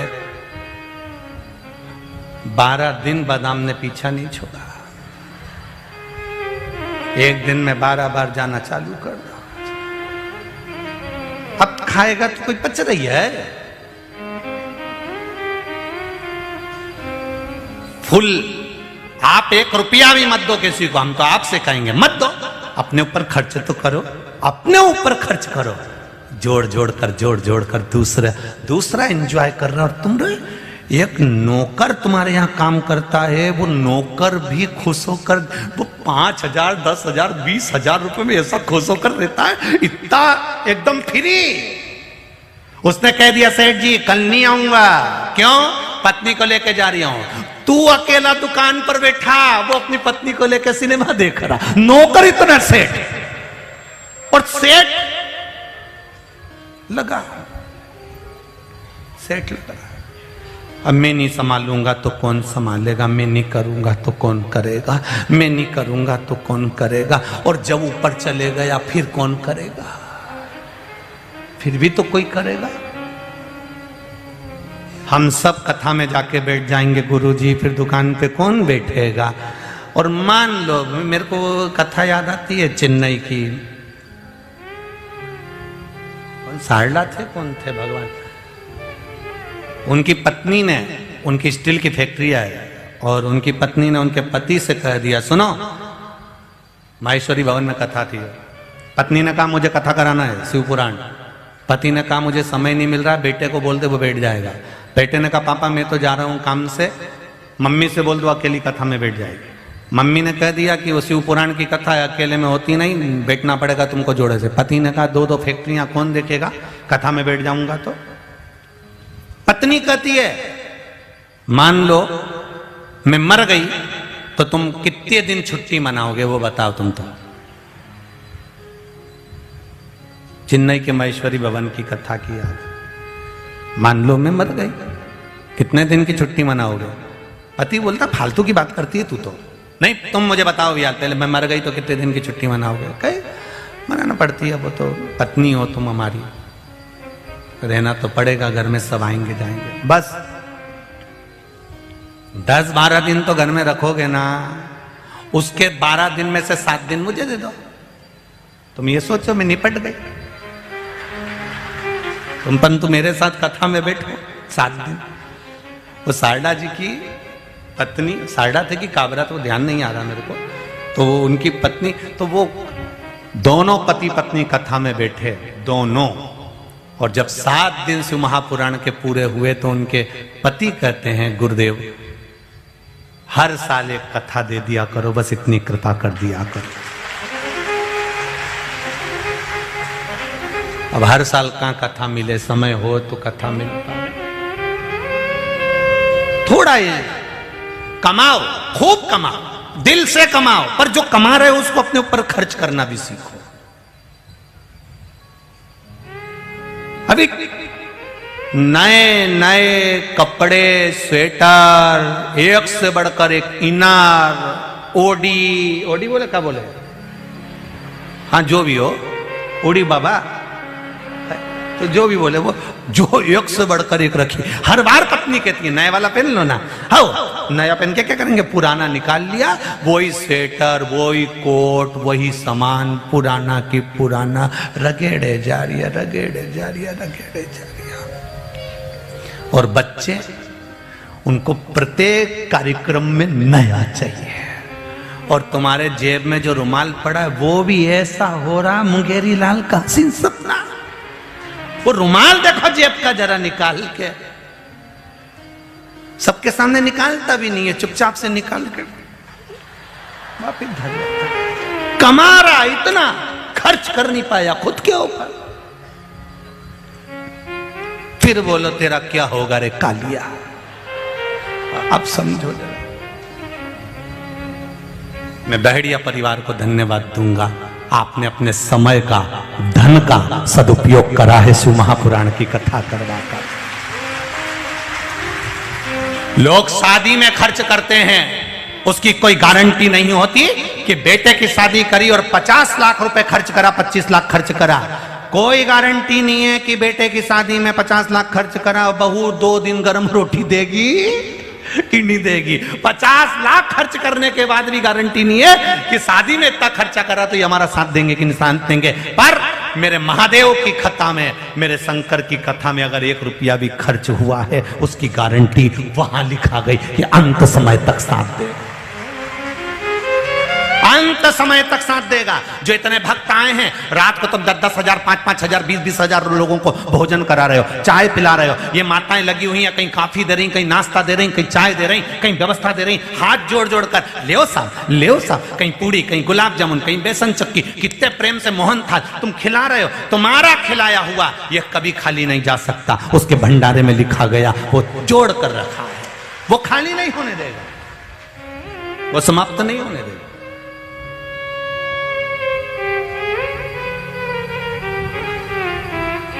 आपने जो शिव को दिया, लिखा शिव पुराण के उमाखंड में, शिव महापुराण के उमाखंड में लिखा है, सारी जगह पर दिया हुआ समाप्त हो सकता है। कितना सुंदर कहा, एकादशी का व्रत करा और एकादशी का व्रत करा और मरने के समय से पहले हो सकता है तुमने जो पुण्य करा, तुमने जो व्रत रखे, मंगल रखा, ये रखा, वो रखा, तुमने अन्न दान करा, तुमने वस्त्र दान करा, तुमने स्वर्ण दान करा, तुमने मुद्रा दान करा, सब दान तुमने सबजू रखा, सब जगह करा, हो सकता है मरने के पहले तुमने जो पुण्य करा था वो समाप्त हो जाए। तुम्हारी जेब में 10,000 रुपए खर्चा होते होते कभी कभी 1 रुपया नहीं बचता, मरते मरते हो सकता है तुम्हारा पुण्य समाप्त हो जाए, पर जेब में रखा हुआ पैसा खत्म हो सकता है, पर बैंक में रखा हुआ खत्म होगा क्या? तुमने सोच लिया एक कार्ड मेरे पास में है, फंसाऊंगा, एटीएम से निकाल के ले आऊंगा, जेब का खत्म हो जाएगा पर बैंक का नहीं। शिव महापुराण वो बैंक है जिसमें एक बार आपने जो पुण्य करा है वो कभी समाप्त नहीं होगा, रखा, जब चाहो तब तुम्हारा पुण्य तुम्हारे सम्मुख में आ जाएगा, पुण्य तुम्हारे सामने। शिव कथा कर। प्रनत पत्तियां तोड़कर लाता है, देवादिदेव महादेव को चढ़ा देता है। प्रनत पत्तियां लेकर आता है और देवादिदेव महादेव को चढ़ा देता है। उन पत्तियों को उठाता है और खा जाता है। शिव जी पे चढ़ा हुआ केवल उसका एक ही काम है, शंकर जी पे चढ़ा हुआ जल पी लेना, शिव जी पे चढ़ा हुआ पत्ती को पा लेना।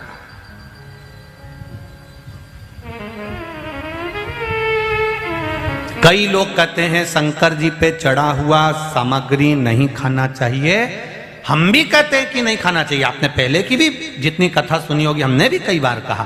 पर भगवान शंकर पर चढ़ा हुआ प्रसाद आपको अगर खाना है तो आप भगवान से औषधि के रूप में मांग कर लाइए, बाबा हमको औषधि दे दीजिए। आपका जल दे रहे हो, गंगा जल दे दीजिए। आप बेलपत्र दे रहे हो, औषधि दे दीजिए। और अगर बेलपत्र किसी सामग्री में डल चुकी है तो वो प्रसाद के रूप में आप आराम से खा सकते हो। अब कल एक जीजी ने प्रश्न लिख के भेज दिया कि हमने शंकर जी को मान लो एप्पल चढ़ाया और पूरा चढ़ाया, अब इसके 3 टुकड़े कैसे करें? और अगर शिव जी को चढ़ा दिया तो वो तो हम खा ही नहीं सकते। उस एप्पल पर भी आप बेलपत्र रख दो, हो गए 3 टुकड़े। केवल बेलपत्र जिस सामग्री पर रखा जाती है उसके हिस्से करने की भी जरूरत नहीं होती, वो अपने आप 3 हिस्से में विभाजित हो जाती है। बेलपत्र में वो सुख है, बेलपत्र में वो आनंद है।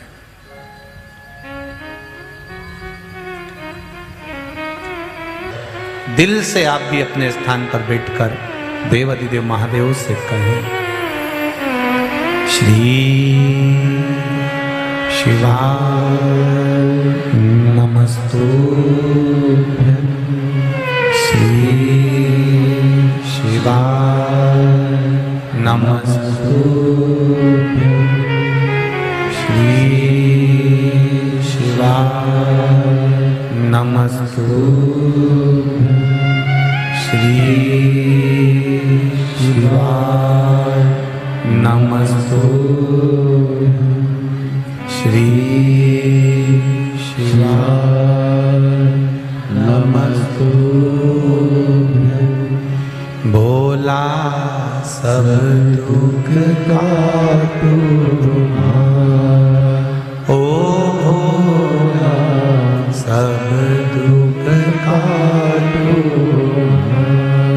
शिव शंकर जपूं तेरी माला, भोले बाबा जपूं तेरी माला, भोला सब दुख काटो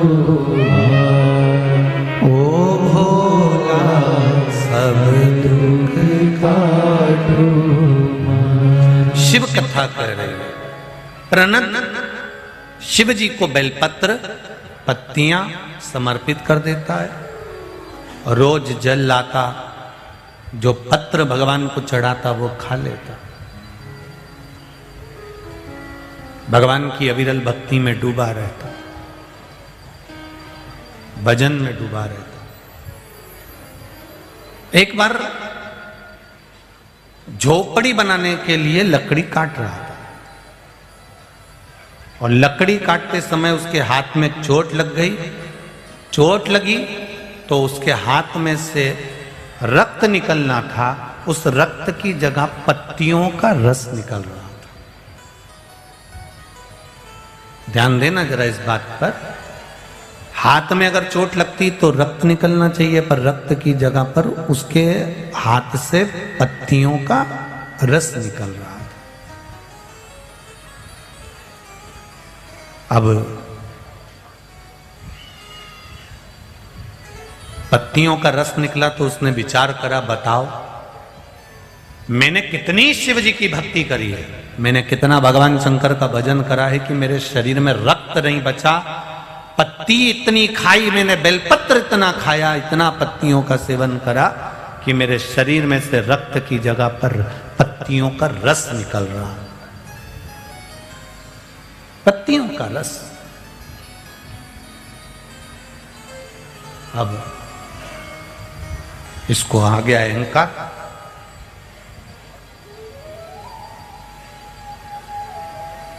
अब इतना अहंकार आ गया, इसको इतना अहंकार आ गया कि ये शिव जी के सामने बैठ गया।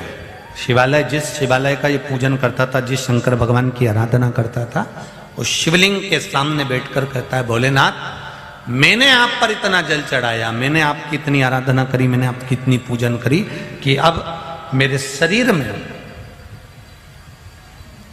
रक्त नहीं बचा, अब केवल पत्तियां बची है मेरे शरीर में, उस पत्तियों का रस बचा। भगवान देवाधिदेव महादेव,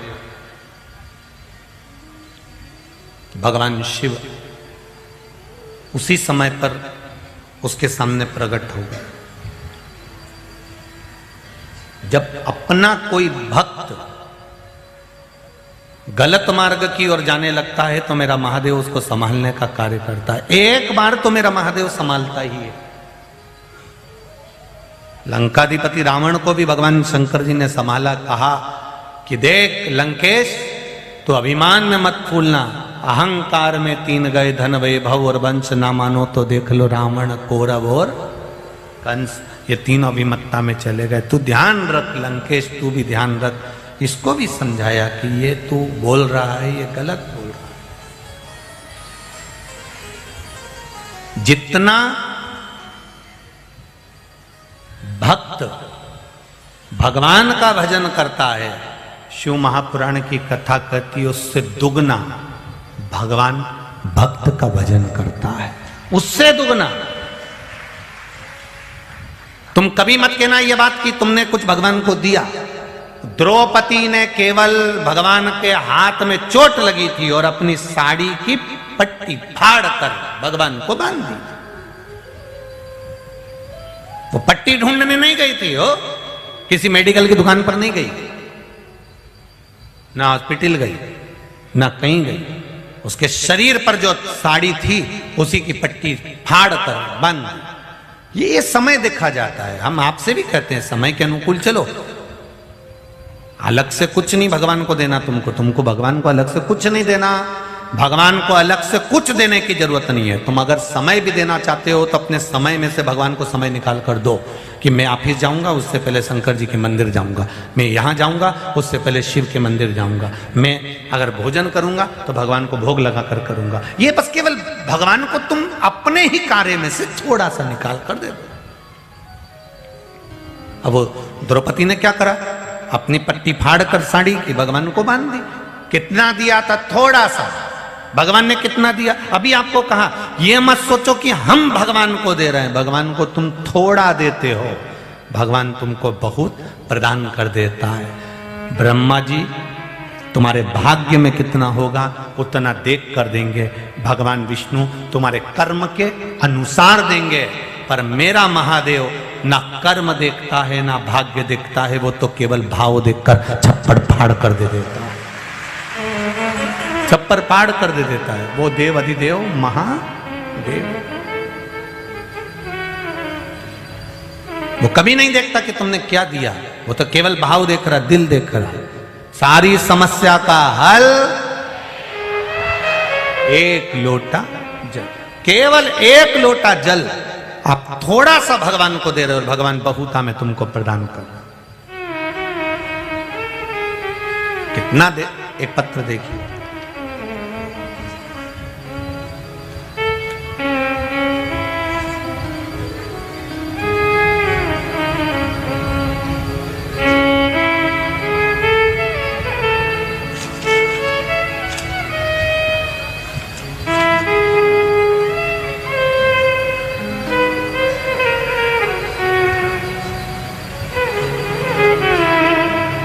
पत्र तो काव्य के लिए भी आया है। भड़ूच से मां नर्मदा के किनारे की रहने वाली हैं। गुरुदेव, मैं सब बात में कहूंगी, पर एक बात कहना चाहती हूं। जब तक पृथ्वी पर रहूंगी तब तक जितनी मेरी श्वास चल रही है, बेटा काव्य, तेरा नाम कभी जिंदगी में नहीं भूल पाऊंगी। तूने शिव महापुराण की कथा सुना दी। मेरी एक एक सांस मरते दम तक काव्य का नाम लेती रहेगी कि उसने मुझे प्रसाद शिव महापुराण की कथा सुनाई। ये भड़ूच से पत्र आया है किसी का, भड़ूच से लिखा। बहुत बहुत साधुवाद बहन आपको, बहुत बहुत। और फिर कहूंगा, कोई कोई पुण्य आत्मा ऐसी होती है जो अपने पीछे भी भगवान का कार्य कराकर चली जाती है, वो काकू पुत्र है।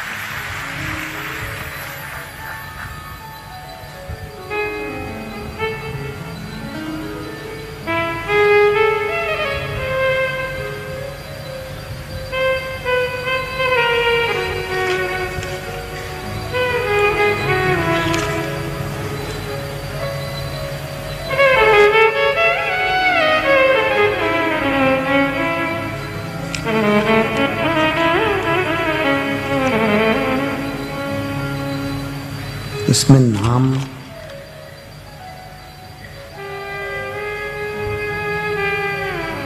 आशा देवी अग्रवाल, मैं मध्य प्रदेश की रहने वाली हूं, बड़ोदरा रह रही हूं। कहीं बैठी हो तो हाथ हिलाइएगा। आशा देवी अग्रवाल,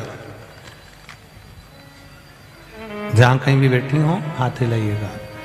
एक लोटे जल का क्या बखान करूं मैं गुरुदेव। मैं मंदिर जाती थी जब आपकी कथा सुन रही हूं और भगवान शिव को एक लोटा जल चढ़ा रही हूं। 13 नवंबर को अचानक मेरे घर वाले की तबीयत खराब हो गई। मैंने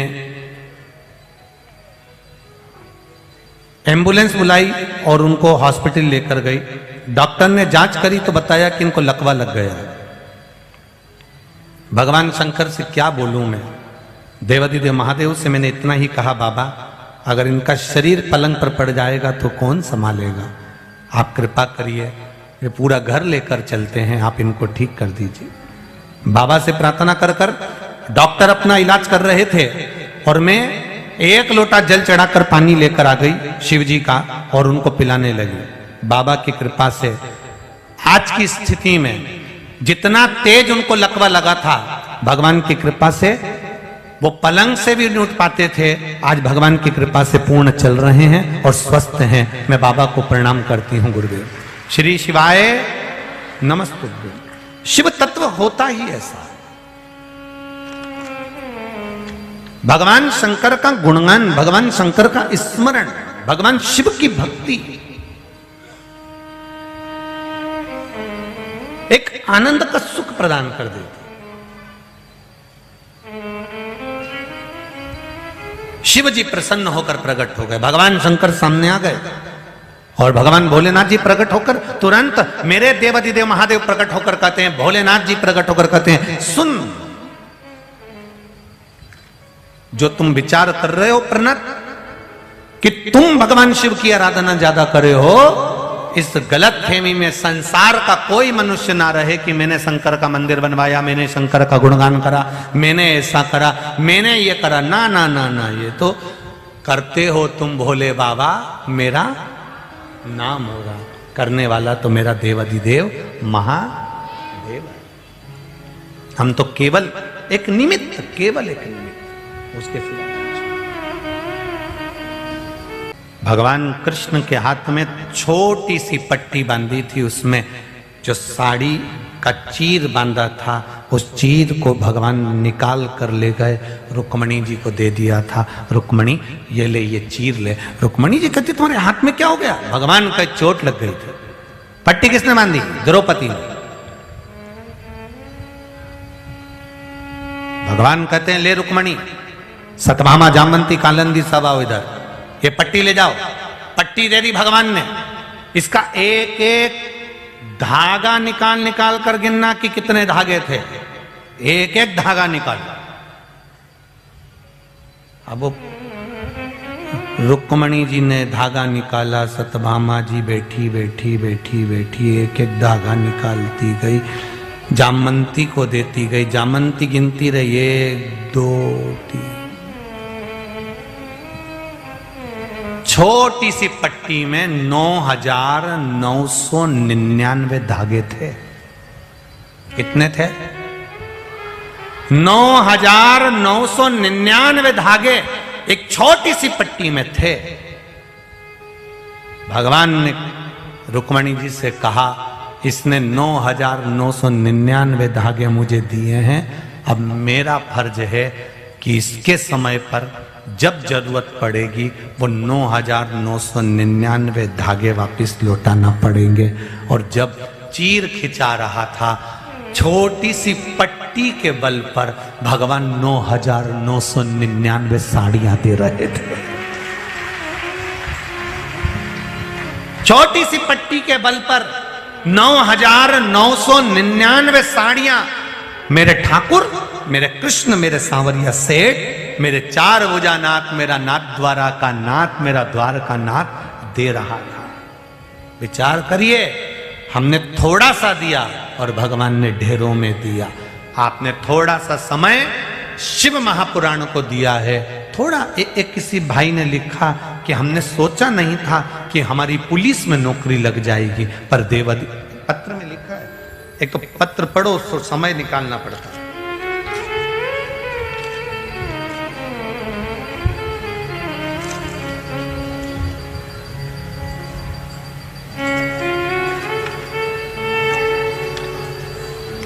शंभु शरणे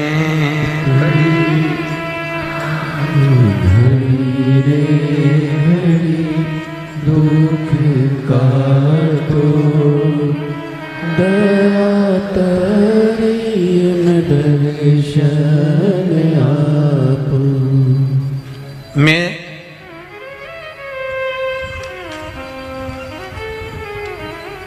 राजू प्रिंस गौतम श्री नैना देवी शक्तिपीठ नैना देवी से आई हूँ। कहीं बैठी हो तो हाथ हिलाइएगा। आप ही हैं? श्री शिवाय नमस्तुभ्यम। एक बार दोनों हाथ ऐसे हिला दीजिए। श्री शिवाय नमस्तुभ्यम। पहले तो माता रानी के चरणों से आप आई हैं, शक्तिपीठ नैना देवी से आई हैं, आपको प्रणाम करता हूँ। मां नैना देवी के चरणों को प्रणाम करता हूँ।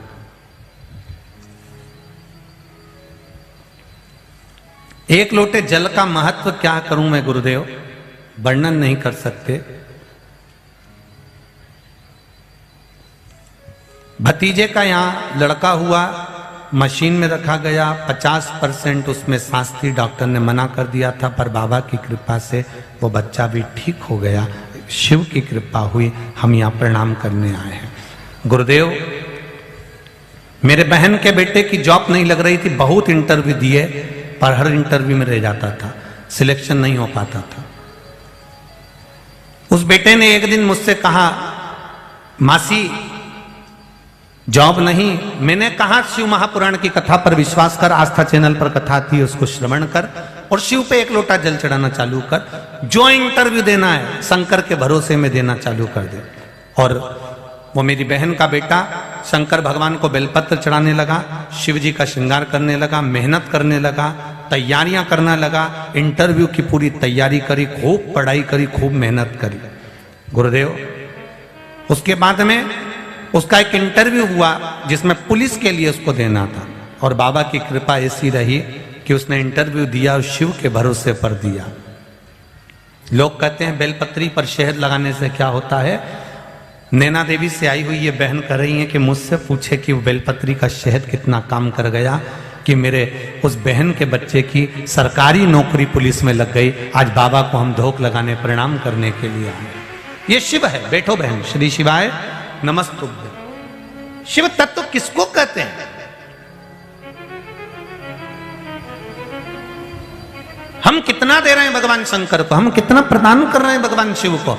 एक लोटा जल, एक बेलपत्र, वो भी हम लेकर आए तो ठीक, नहीं तो शंकर जी पे चढ़ी हुई शंकर भगवान को चढ़ा। अब इसको लोग चाहे ढोंग कह लें, इसको चाहे लोग प्रपंच कह लें, और चाहे इसको लोग जो मर्जी पड़े वो कह लें।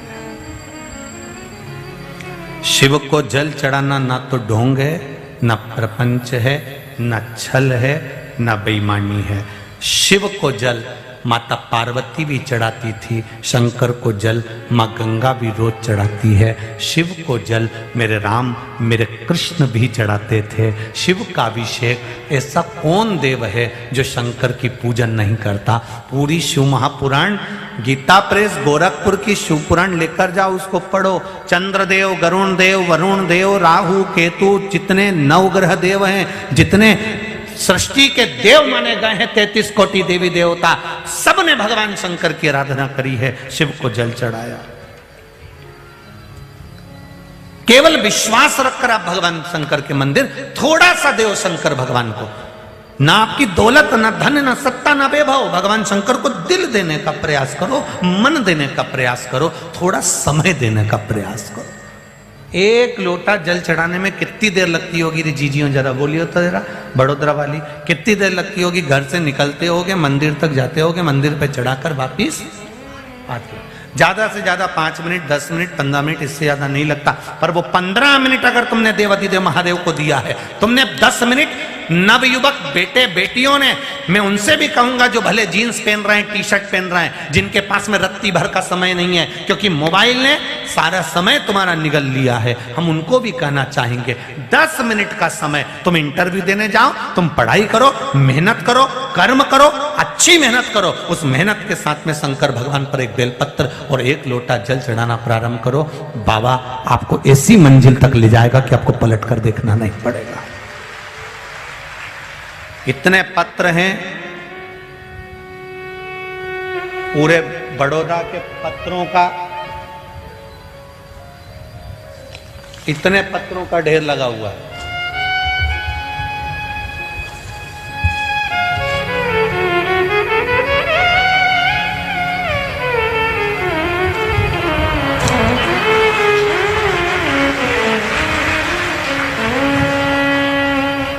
इतने यहां रखें, इतने यहां रखें, इतने पत्रों का ढेर लगा हुआ है बड़ौदा के। इन पत्रों में एक भी पत्र ऐसा, आप खुद यहीं रखे रहते हैं सारे पत्र, पढ़िएगा, इन पत्रों को निकालिएगा।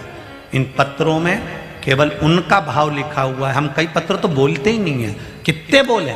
लोग कहेंगे महाराज कथा बांचने बैठे हो कि पत्र पढ़ने बैठे हो।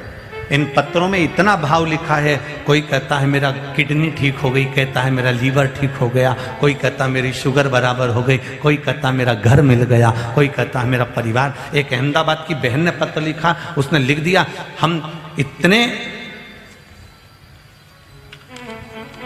अहमदाबाद की कोई माहेश्वरी बहन जिनने पत्र लिखा,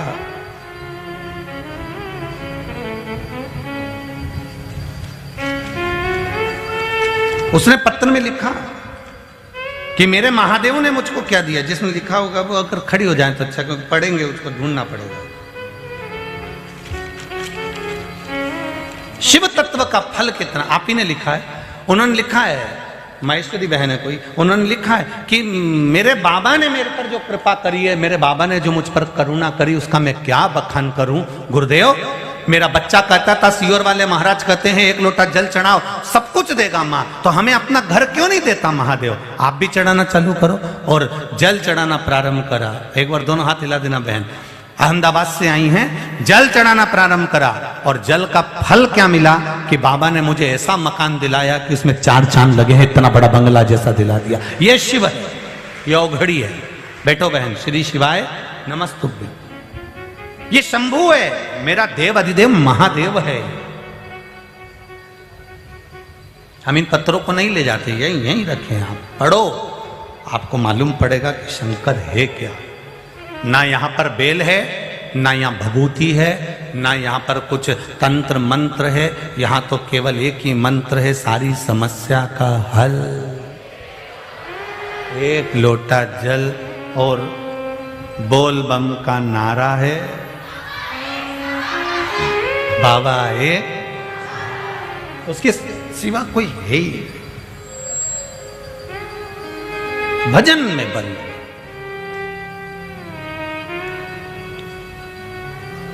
अब सौंप दिया इस जीवन का सब भार तुम्हारे, हे हार तुम्हारे हाथों में और जीत तुम्हारे हाथों में। शिव कृपा से मिला। थोड़ा सा दिया, एक चीर दिया, 9,999 भगवान ने साड़ी दे दी। आधा चावल का दाना मेरे ठाकुर जी ने खाया, 10,000 ब्राह्मण का पेट भर दिया।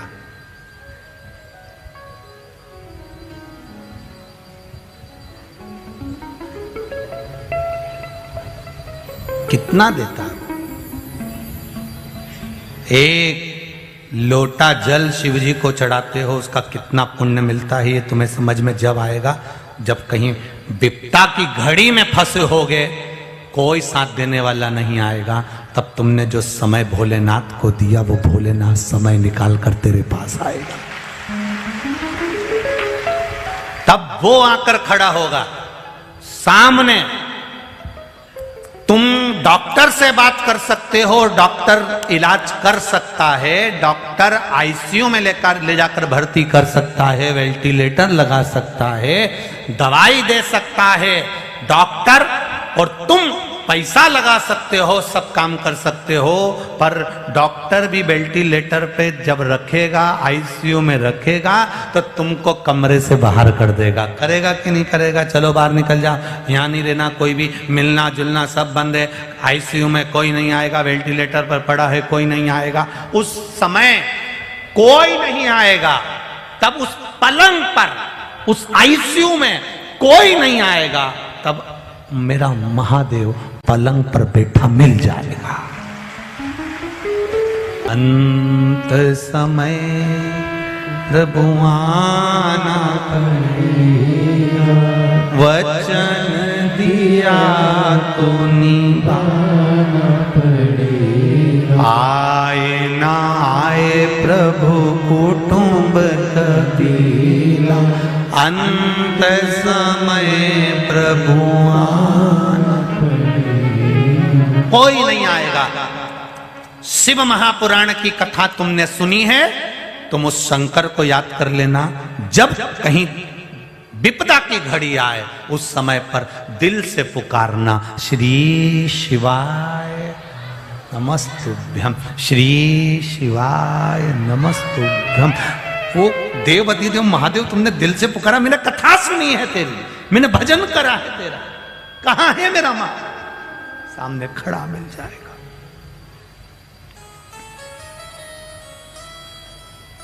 इधर उधर भटकना नहीं, हमको अंधविश्वास में नहीं पड़ना, ढोंग ढकोसले में नहीं पड़ना, हमें महादेव के चरणों में पड़ना है। उसके चरणार बिंद की ओर हमें जाना। शिव भक्ति करो, भजन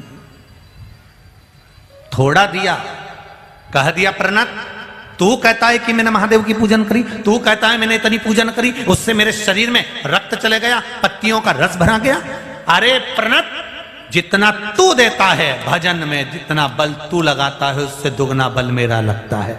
तू एक लोटा जल देता है, उस एक लोटे जल के बराबर तेरे पूरे परिवार को मैं भरण पोषण कर देता हूं। कितना देता हूं? तेरे भाग्य में तो इतना दुख लिखा है, पर मैं हर दुख को काटता हूं। तू शंकर जी पे लोटा भर के पानी चढ़ाता है, जैसे शिवलिंग पे लखा हुआ चंदन धुल जाता है, उसी तरह जैसे ही तू पानी चढ़ाता है तो चंदन धुल जाता है, बेलपत्री धुल जाती है, फूल धुल जाता है। उसी तरह तेरे ललाट पे लिखा हुआ दुख, जब तू पानी चढ़ाता है, यहां चंदन धुलता है, वहां तेरा दुख धुल जाता है, तेरा कष्ट धुल जाता है। तू चढ़ाया जल, तेरा दुख कट गया।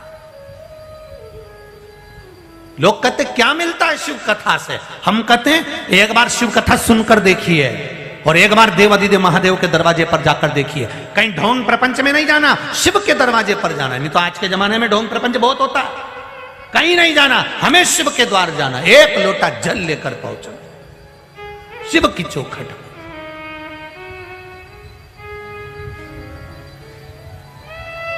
करो उसका भजन।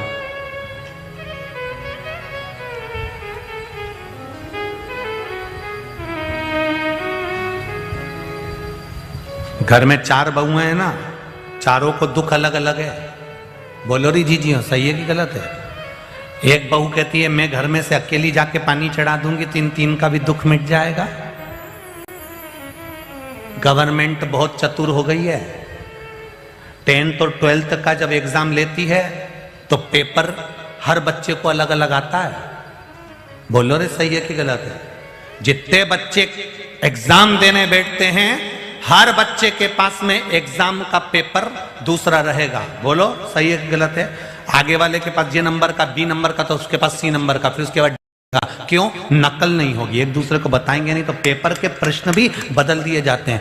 उसी तरह भगवान परिवार में जितने लोग रहते हैं इनको एक जैसा दुख नहीं देता, कहीं ना कहीं तकलीफ सबकी अलग अलग रहती है। तो सब जब एक तुम्हें तुम्हारा क्वेश्चन पेपर हल करना है, उसको उसका क्वेश्चन पेपर हल करना है। हर समस्या का हल एक लोटा जल ये चढ़ाएगी तो इसका क्वेश्चन पेपर हल हो जाएगा, वो चढ़ाएगी उसका हो जाएगा।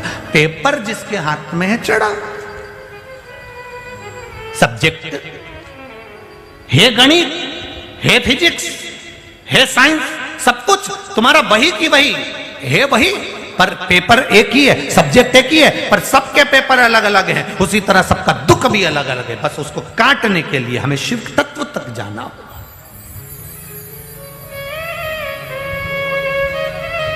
दुकान पर भी जा रहे हो, खूब कमाओ, खूब प्रेम से कमाओ, दुकान पर खूब जाओ, खूब काम करो, पर साथ में मेरे महादेव का स्मरण करो। मेरे महादेव का स्मरण बहुत जरूरी।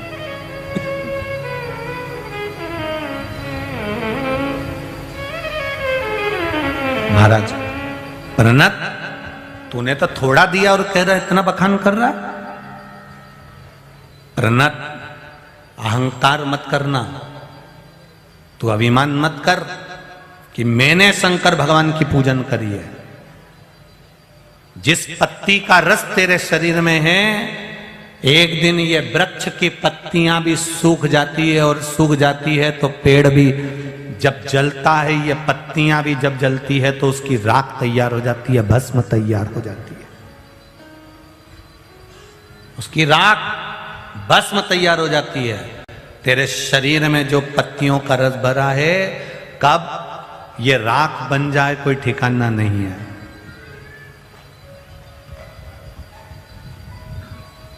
कब राख बन जाए इसका कोई भरोसा नहीं।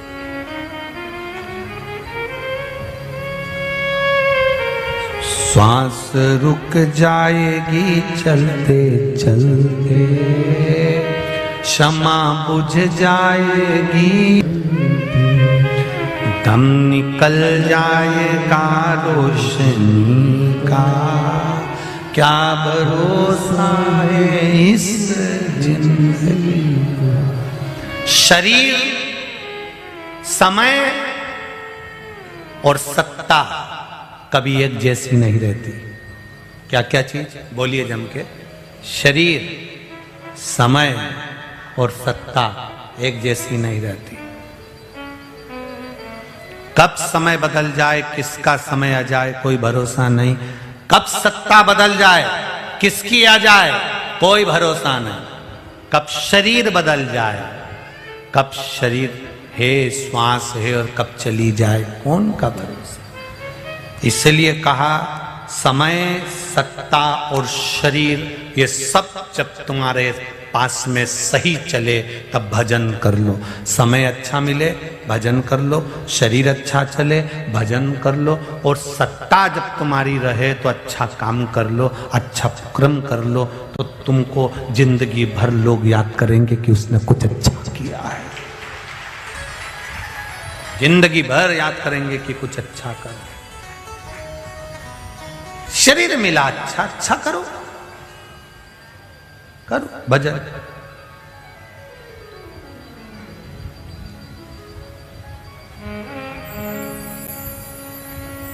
जाएगा जब यहां से कुछ भी ना पास होगा, 2 गज कफन का टुकड़ा तेरा लिबास होगा। कितनी कंपनी की धोती पहनते हो महाराज? कौन सी कंपनी की है रे सियोर वाला महाराज? दादा अपन को तो पता नहीं, भगत ने दी थी पहने। ये भी कंपनी की है। घड़ी बांधे ये भी कंपनी की है। रुपट्टा पहने, बोलते जाओ, ये भी कंपनी का है। ये माइक लगा ये भी कंपनी का है। कैमरे लगे ये भी कंपनी के हैं। लाइट लगी ये भी कंपनी का है। टेंट लगा, ये भी कंपनी का है। अपने अपने घर में जितना सामान तुम वापरते हो सब कंपनी का है और सब तुम्हारी पसंद का है। पर मरने के बाद जितनी भी सामग्री वापरी जाएगी वो एक भी कंपनी की नहीं रहेगी। लकड़ी में आग लगा रहे हो, कौन सी कंपनी की है? कफन ओढ़ाया, कौन सी कंपनी का था? तिल्ली और जौ लाए, चावल लाए, पिंडा बनाया, कौन सी कंपनी का था? घी शरीर पे लगाया, कौन सी कंपनी का था? कपड़े भी ये से लिया है, मुर्दे को पहनाने, कौन सी कंपनी का था? जितने समधी साल लेकर आते हैं वो कंपनी देखकर नहीं लाते, बोल देते निपट गया दे दो। बेचने वाले को भी मालूम है निपटे हुए व्यक्ति को कैसा कपड़ा देना है, उसको भी मालूम है कौन सी कंपनी का।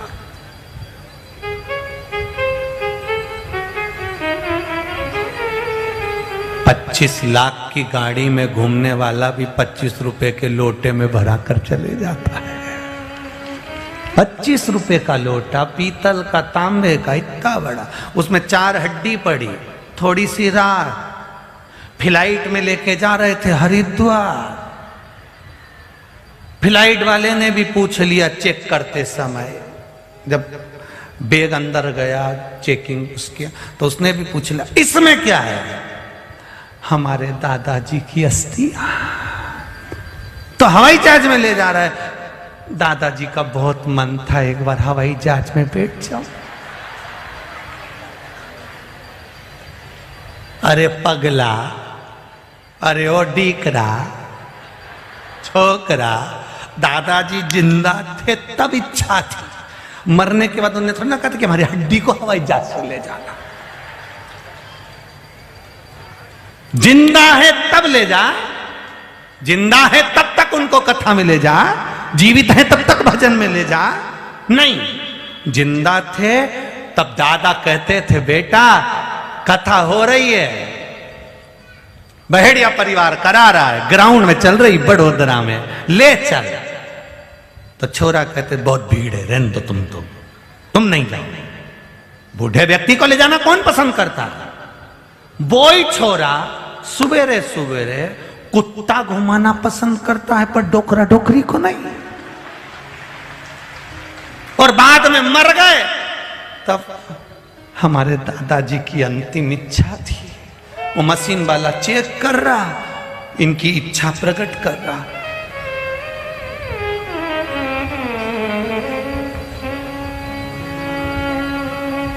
ट्रेन में लेकर जाते हैं तो भी अस्थियों को रखकर रिजर्वेशन करा के चाय पिलाएंगे, रोटी। तुम देखना किसी किसी की अस्थि लेके जाए जब हरिद्वार है, जहां रखते हैं वहां पर पांव पड़ते, फिर उनको चाय भी पिलाएंगे गिलास में, फिर उनको रोटी भी खिलाएंगे, उनकी पत्तल अलग लगे। जितनी सेवा करते करते तू हड्डी ले गया, इतनी सेवा करते करते दादा दादी को जिंदा ले जाता। तो गंगा मैया भी कहती कि मरने के बाद मत लाना, मैं वहीं पहुंच जाऊंगी, वहीं आ जाऊंगी, मत लाना मरने के बाद, मैं खुद आ जाऊंगी। परवावारी दुनिया मतलब की दुनिया में किसी का, कौन संसार में किसका है?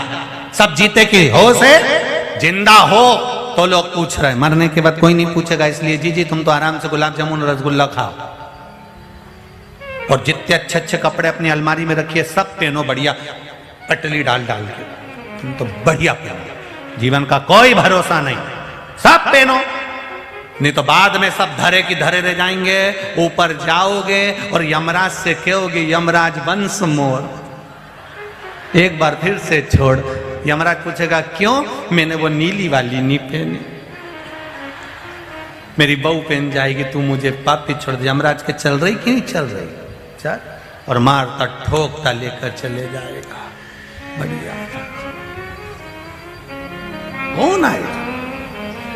अंत समय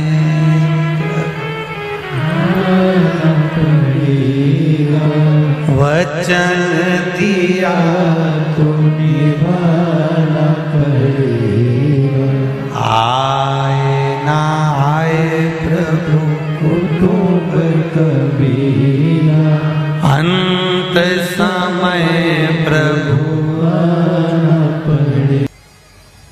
महाराज प्रणत, गलती है तेरी, तू कहता है कि मैंने दिया, सारा शरीर एक दिन जल के भस्म हो जाता है। प्रणत को हंसी आ गई, ऐसा होता है क्या कि जलकर भस्म हो जाएगा? शरीर पूरा भस्म हो जाता है। माना नहीं, शंकर भगवान ने त्रिशूल से अपनी उंगली को काटा, उसमें से भस्म निकलना प्रारंभ हुई। प्रणत ने देखा शिव जी के हाथ से भस्म निकल रही थी, हाथ जोड़कर बोला प्रभु ये कैसा स्वरूप है? शंकर जी कहते हैं ये पंच तत्व में विलीन होने वाला ये शरीर है। जीव को लगता है मैं कर रहा हूं, शंकर जी कहते हैं तू कुछ भी नहीं करता, तेरी श्वास चल रही है, उस श्वास में मैं समाया हूं। जब तक श्वास चलेगी तब तक शरीर रहेगा, जिस दिन श्वास चलना बंद हो गई उस दिन वो शरीर नहीं केवल शव बन जाएगा। शिव है तो शरीर है, शिव गया तो शव बन गया। मैं हूं तो शरीर है, मैं गया तो केवल राख का ढेर बन गया। पहली भस्म का दर्शन प्रणत को शंकर भगवान ने कराया था और उस भस्म को उठाकर प्रणत ने शिव जी पर चढ़ाया था। वो पहली भस्म श्रृंगार भगवान शंकर का हुआ, पहला भस्म श्रृंगार भगवान शंकर का हुआ। प्रणत ने हाथ जोड़कर कहा प्रभु आपके शिवलिंग पर जो भी आनंद के साथ भस्म समर्पित करता है, उस भस्म का प्रसाद जिस जीव के घर में जाता है उस जीव को आनंद की अनुभूति हो। कहे चपटी भभूत में है खजाना कुबेर का। आपकी भस्म जो आपके शरीर पर भस्म चढ़ती है, वो चढ़ी हुई भस्म कुबेर के भंडार के बराबर होना चाहिए। शिव जी ने कह दिया अरे प्रणत, तेरे तप बल से मैं तुझे वर प्रदान करता हूं, मेरे शिवलिंग पर चढ़ी हुई भस्म कुबेर का भंडार भरने वाली होगी। कुबेर का भंडार, उस भस्म की मूलता काशी उज्जैनी शंकर भगवान पर जो भस्म चढ़ाई जाती है उसका फल कितना कितना हजार गुना है महाराज। वो भस्म का अगर प्रसाद तुम्हारे घर पर भी आ जाए तो वो भस्म कोई साधारण नहीं है, उसको संभाल कर रखो। उसको रखना कैसे संभाल कर कि कहीं हम किसी कार्य के लिए जा रहे हैं, अपने कंठ पर लगाकर, मस्तिष्क पर लगाकर, श्रवण में लगाकर, हाथ में लगाकर। कभी लगता है कि शरीर हमारा फड़क रहा है, हाथ कभी कभी आंखें फड़कने लगती है, कभी हाथ फड़कने लगता है, उस शरीर पर थोड़ा सा उस भस्म का प्रयोग कर सकते।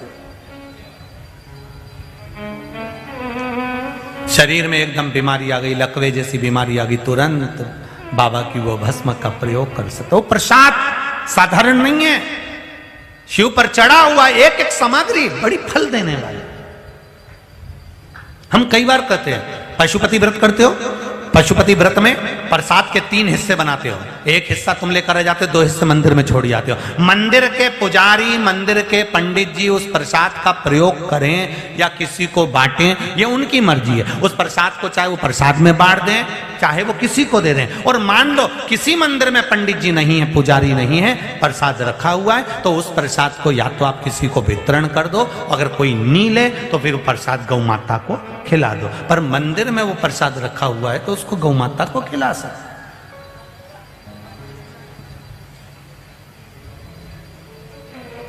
पर आप नहीं खिलाएंगे। जो वहां पर कोई गया दर्शन करने, उसको दिखा कि बहुत सारा प्रसाद है, या तो बांट दे, नहीं बटे तो फिर गौ माता को दे दे, उसको गौ माता को। महाराज शिव कथा कर, भगवान शंकर का संवाद कर, प्रणत ये भस्म कोई साधारण नहीं है।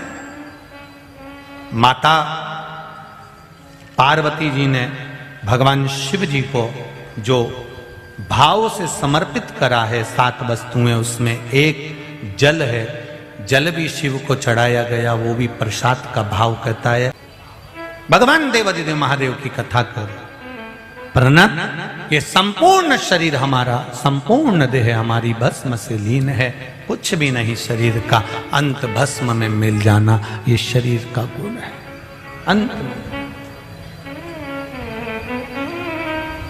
आया समय भगवान शिव का चरित्र कह रहा है। शिव का प्रसाद अगर ग्रहण भी नहीं कर सकते हो तो शंकर के प्रसाद का मात्र दर्शन ही संपूर्ण पापों का नाश कर देता है। उसको केवल लेकर मस्तक से लगा लेने पर भी हमें सुख का अनुभव हो जाता है। केवल मस्तक से लगा सुख का। मेरे भोले तेरा सहारा है, मेरी नैया का तू किनारा है, मेरी नैया का तू किनारा है। महाराज भगवान श्री गणेश जी महाराज के विवाह का प्रसंग आता है। पार्वती जी ने शिव जी से कहकर गणेश जी का मंगल विवाह करवाया। रिद्धि सिद्धि के साथ में भगवान गणेश जी महाराज पधार रहे हैं। आप सब आनंद के साथ आज की कथा को यहाँ विराम की ओर लेते हैं। रिद्धि सिद्धि श्री गणेश जी महाराज के गले में माला पहना रही हैं। जोरदार ताली बजाकर स्वागत करें। अब गणेश जी महाराज ने रिद्धि सिद्धि को एक माला पहनाई है। रिद्धि सिद्धि ने वो माला उतार कर वापिस श्री गणेश जी महाराज को पहनाई है। बोल गणेश जी महाराज की। गणेश जी ने अपना हस्त कमल रिद्धि सिद्धि के ऊपर रखा है। चारों तरफ आनंद समाहित हुआ है।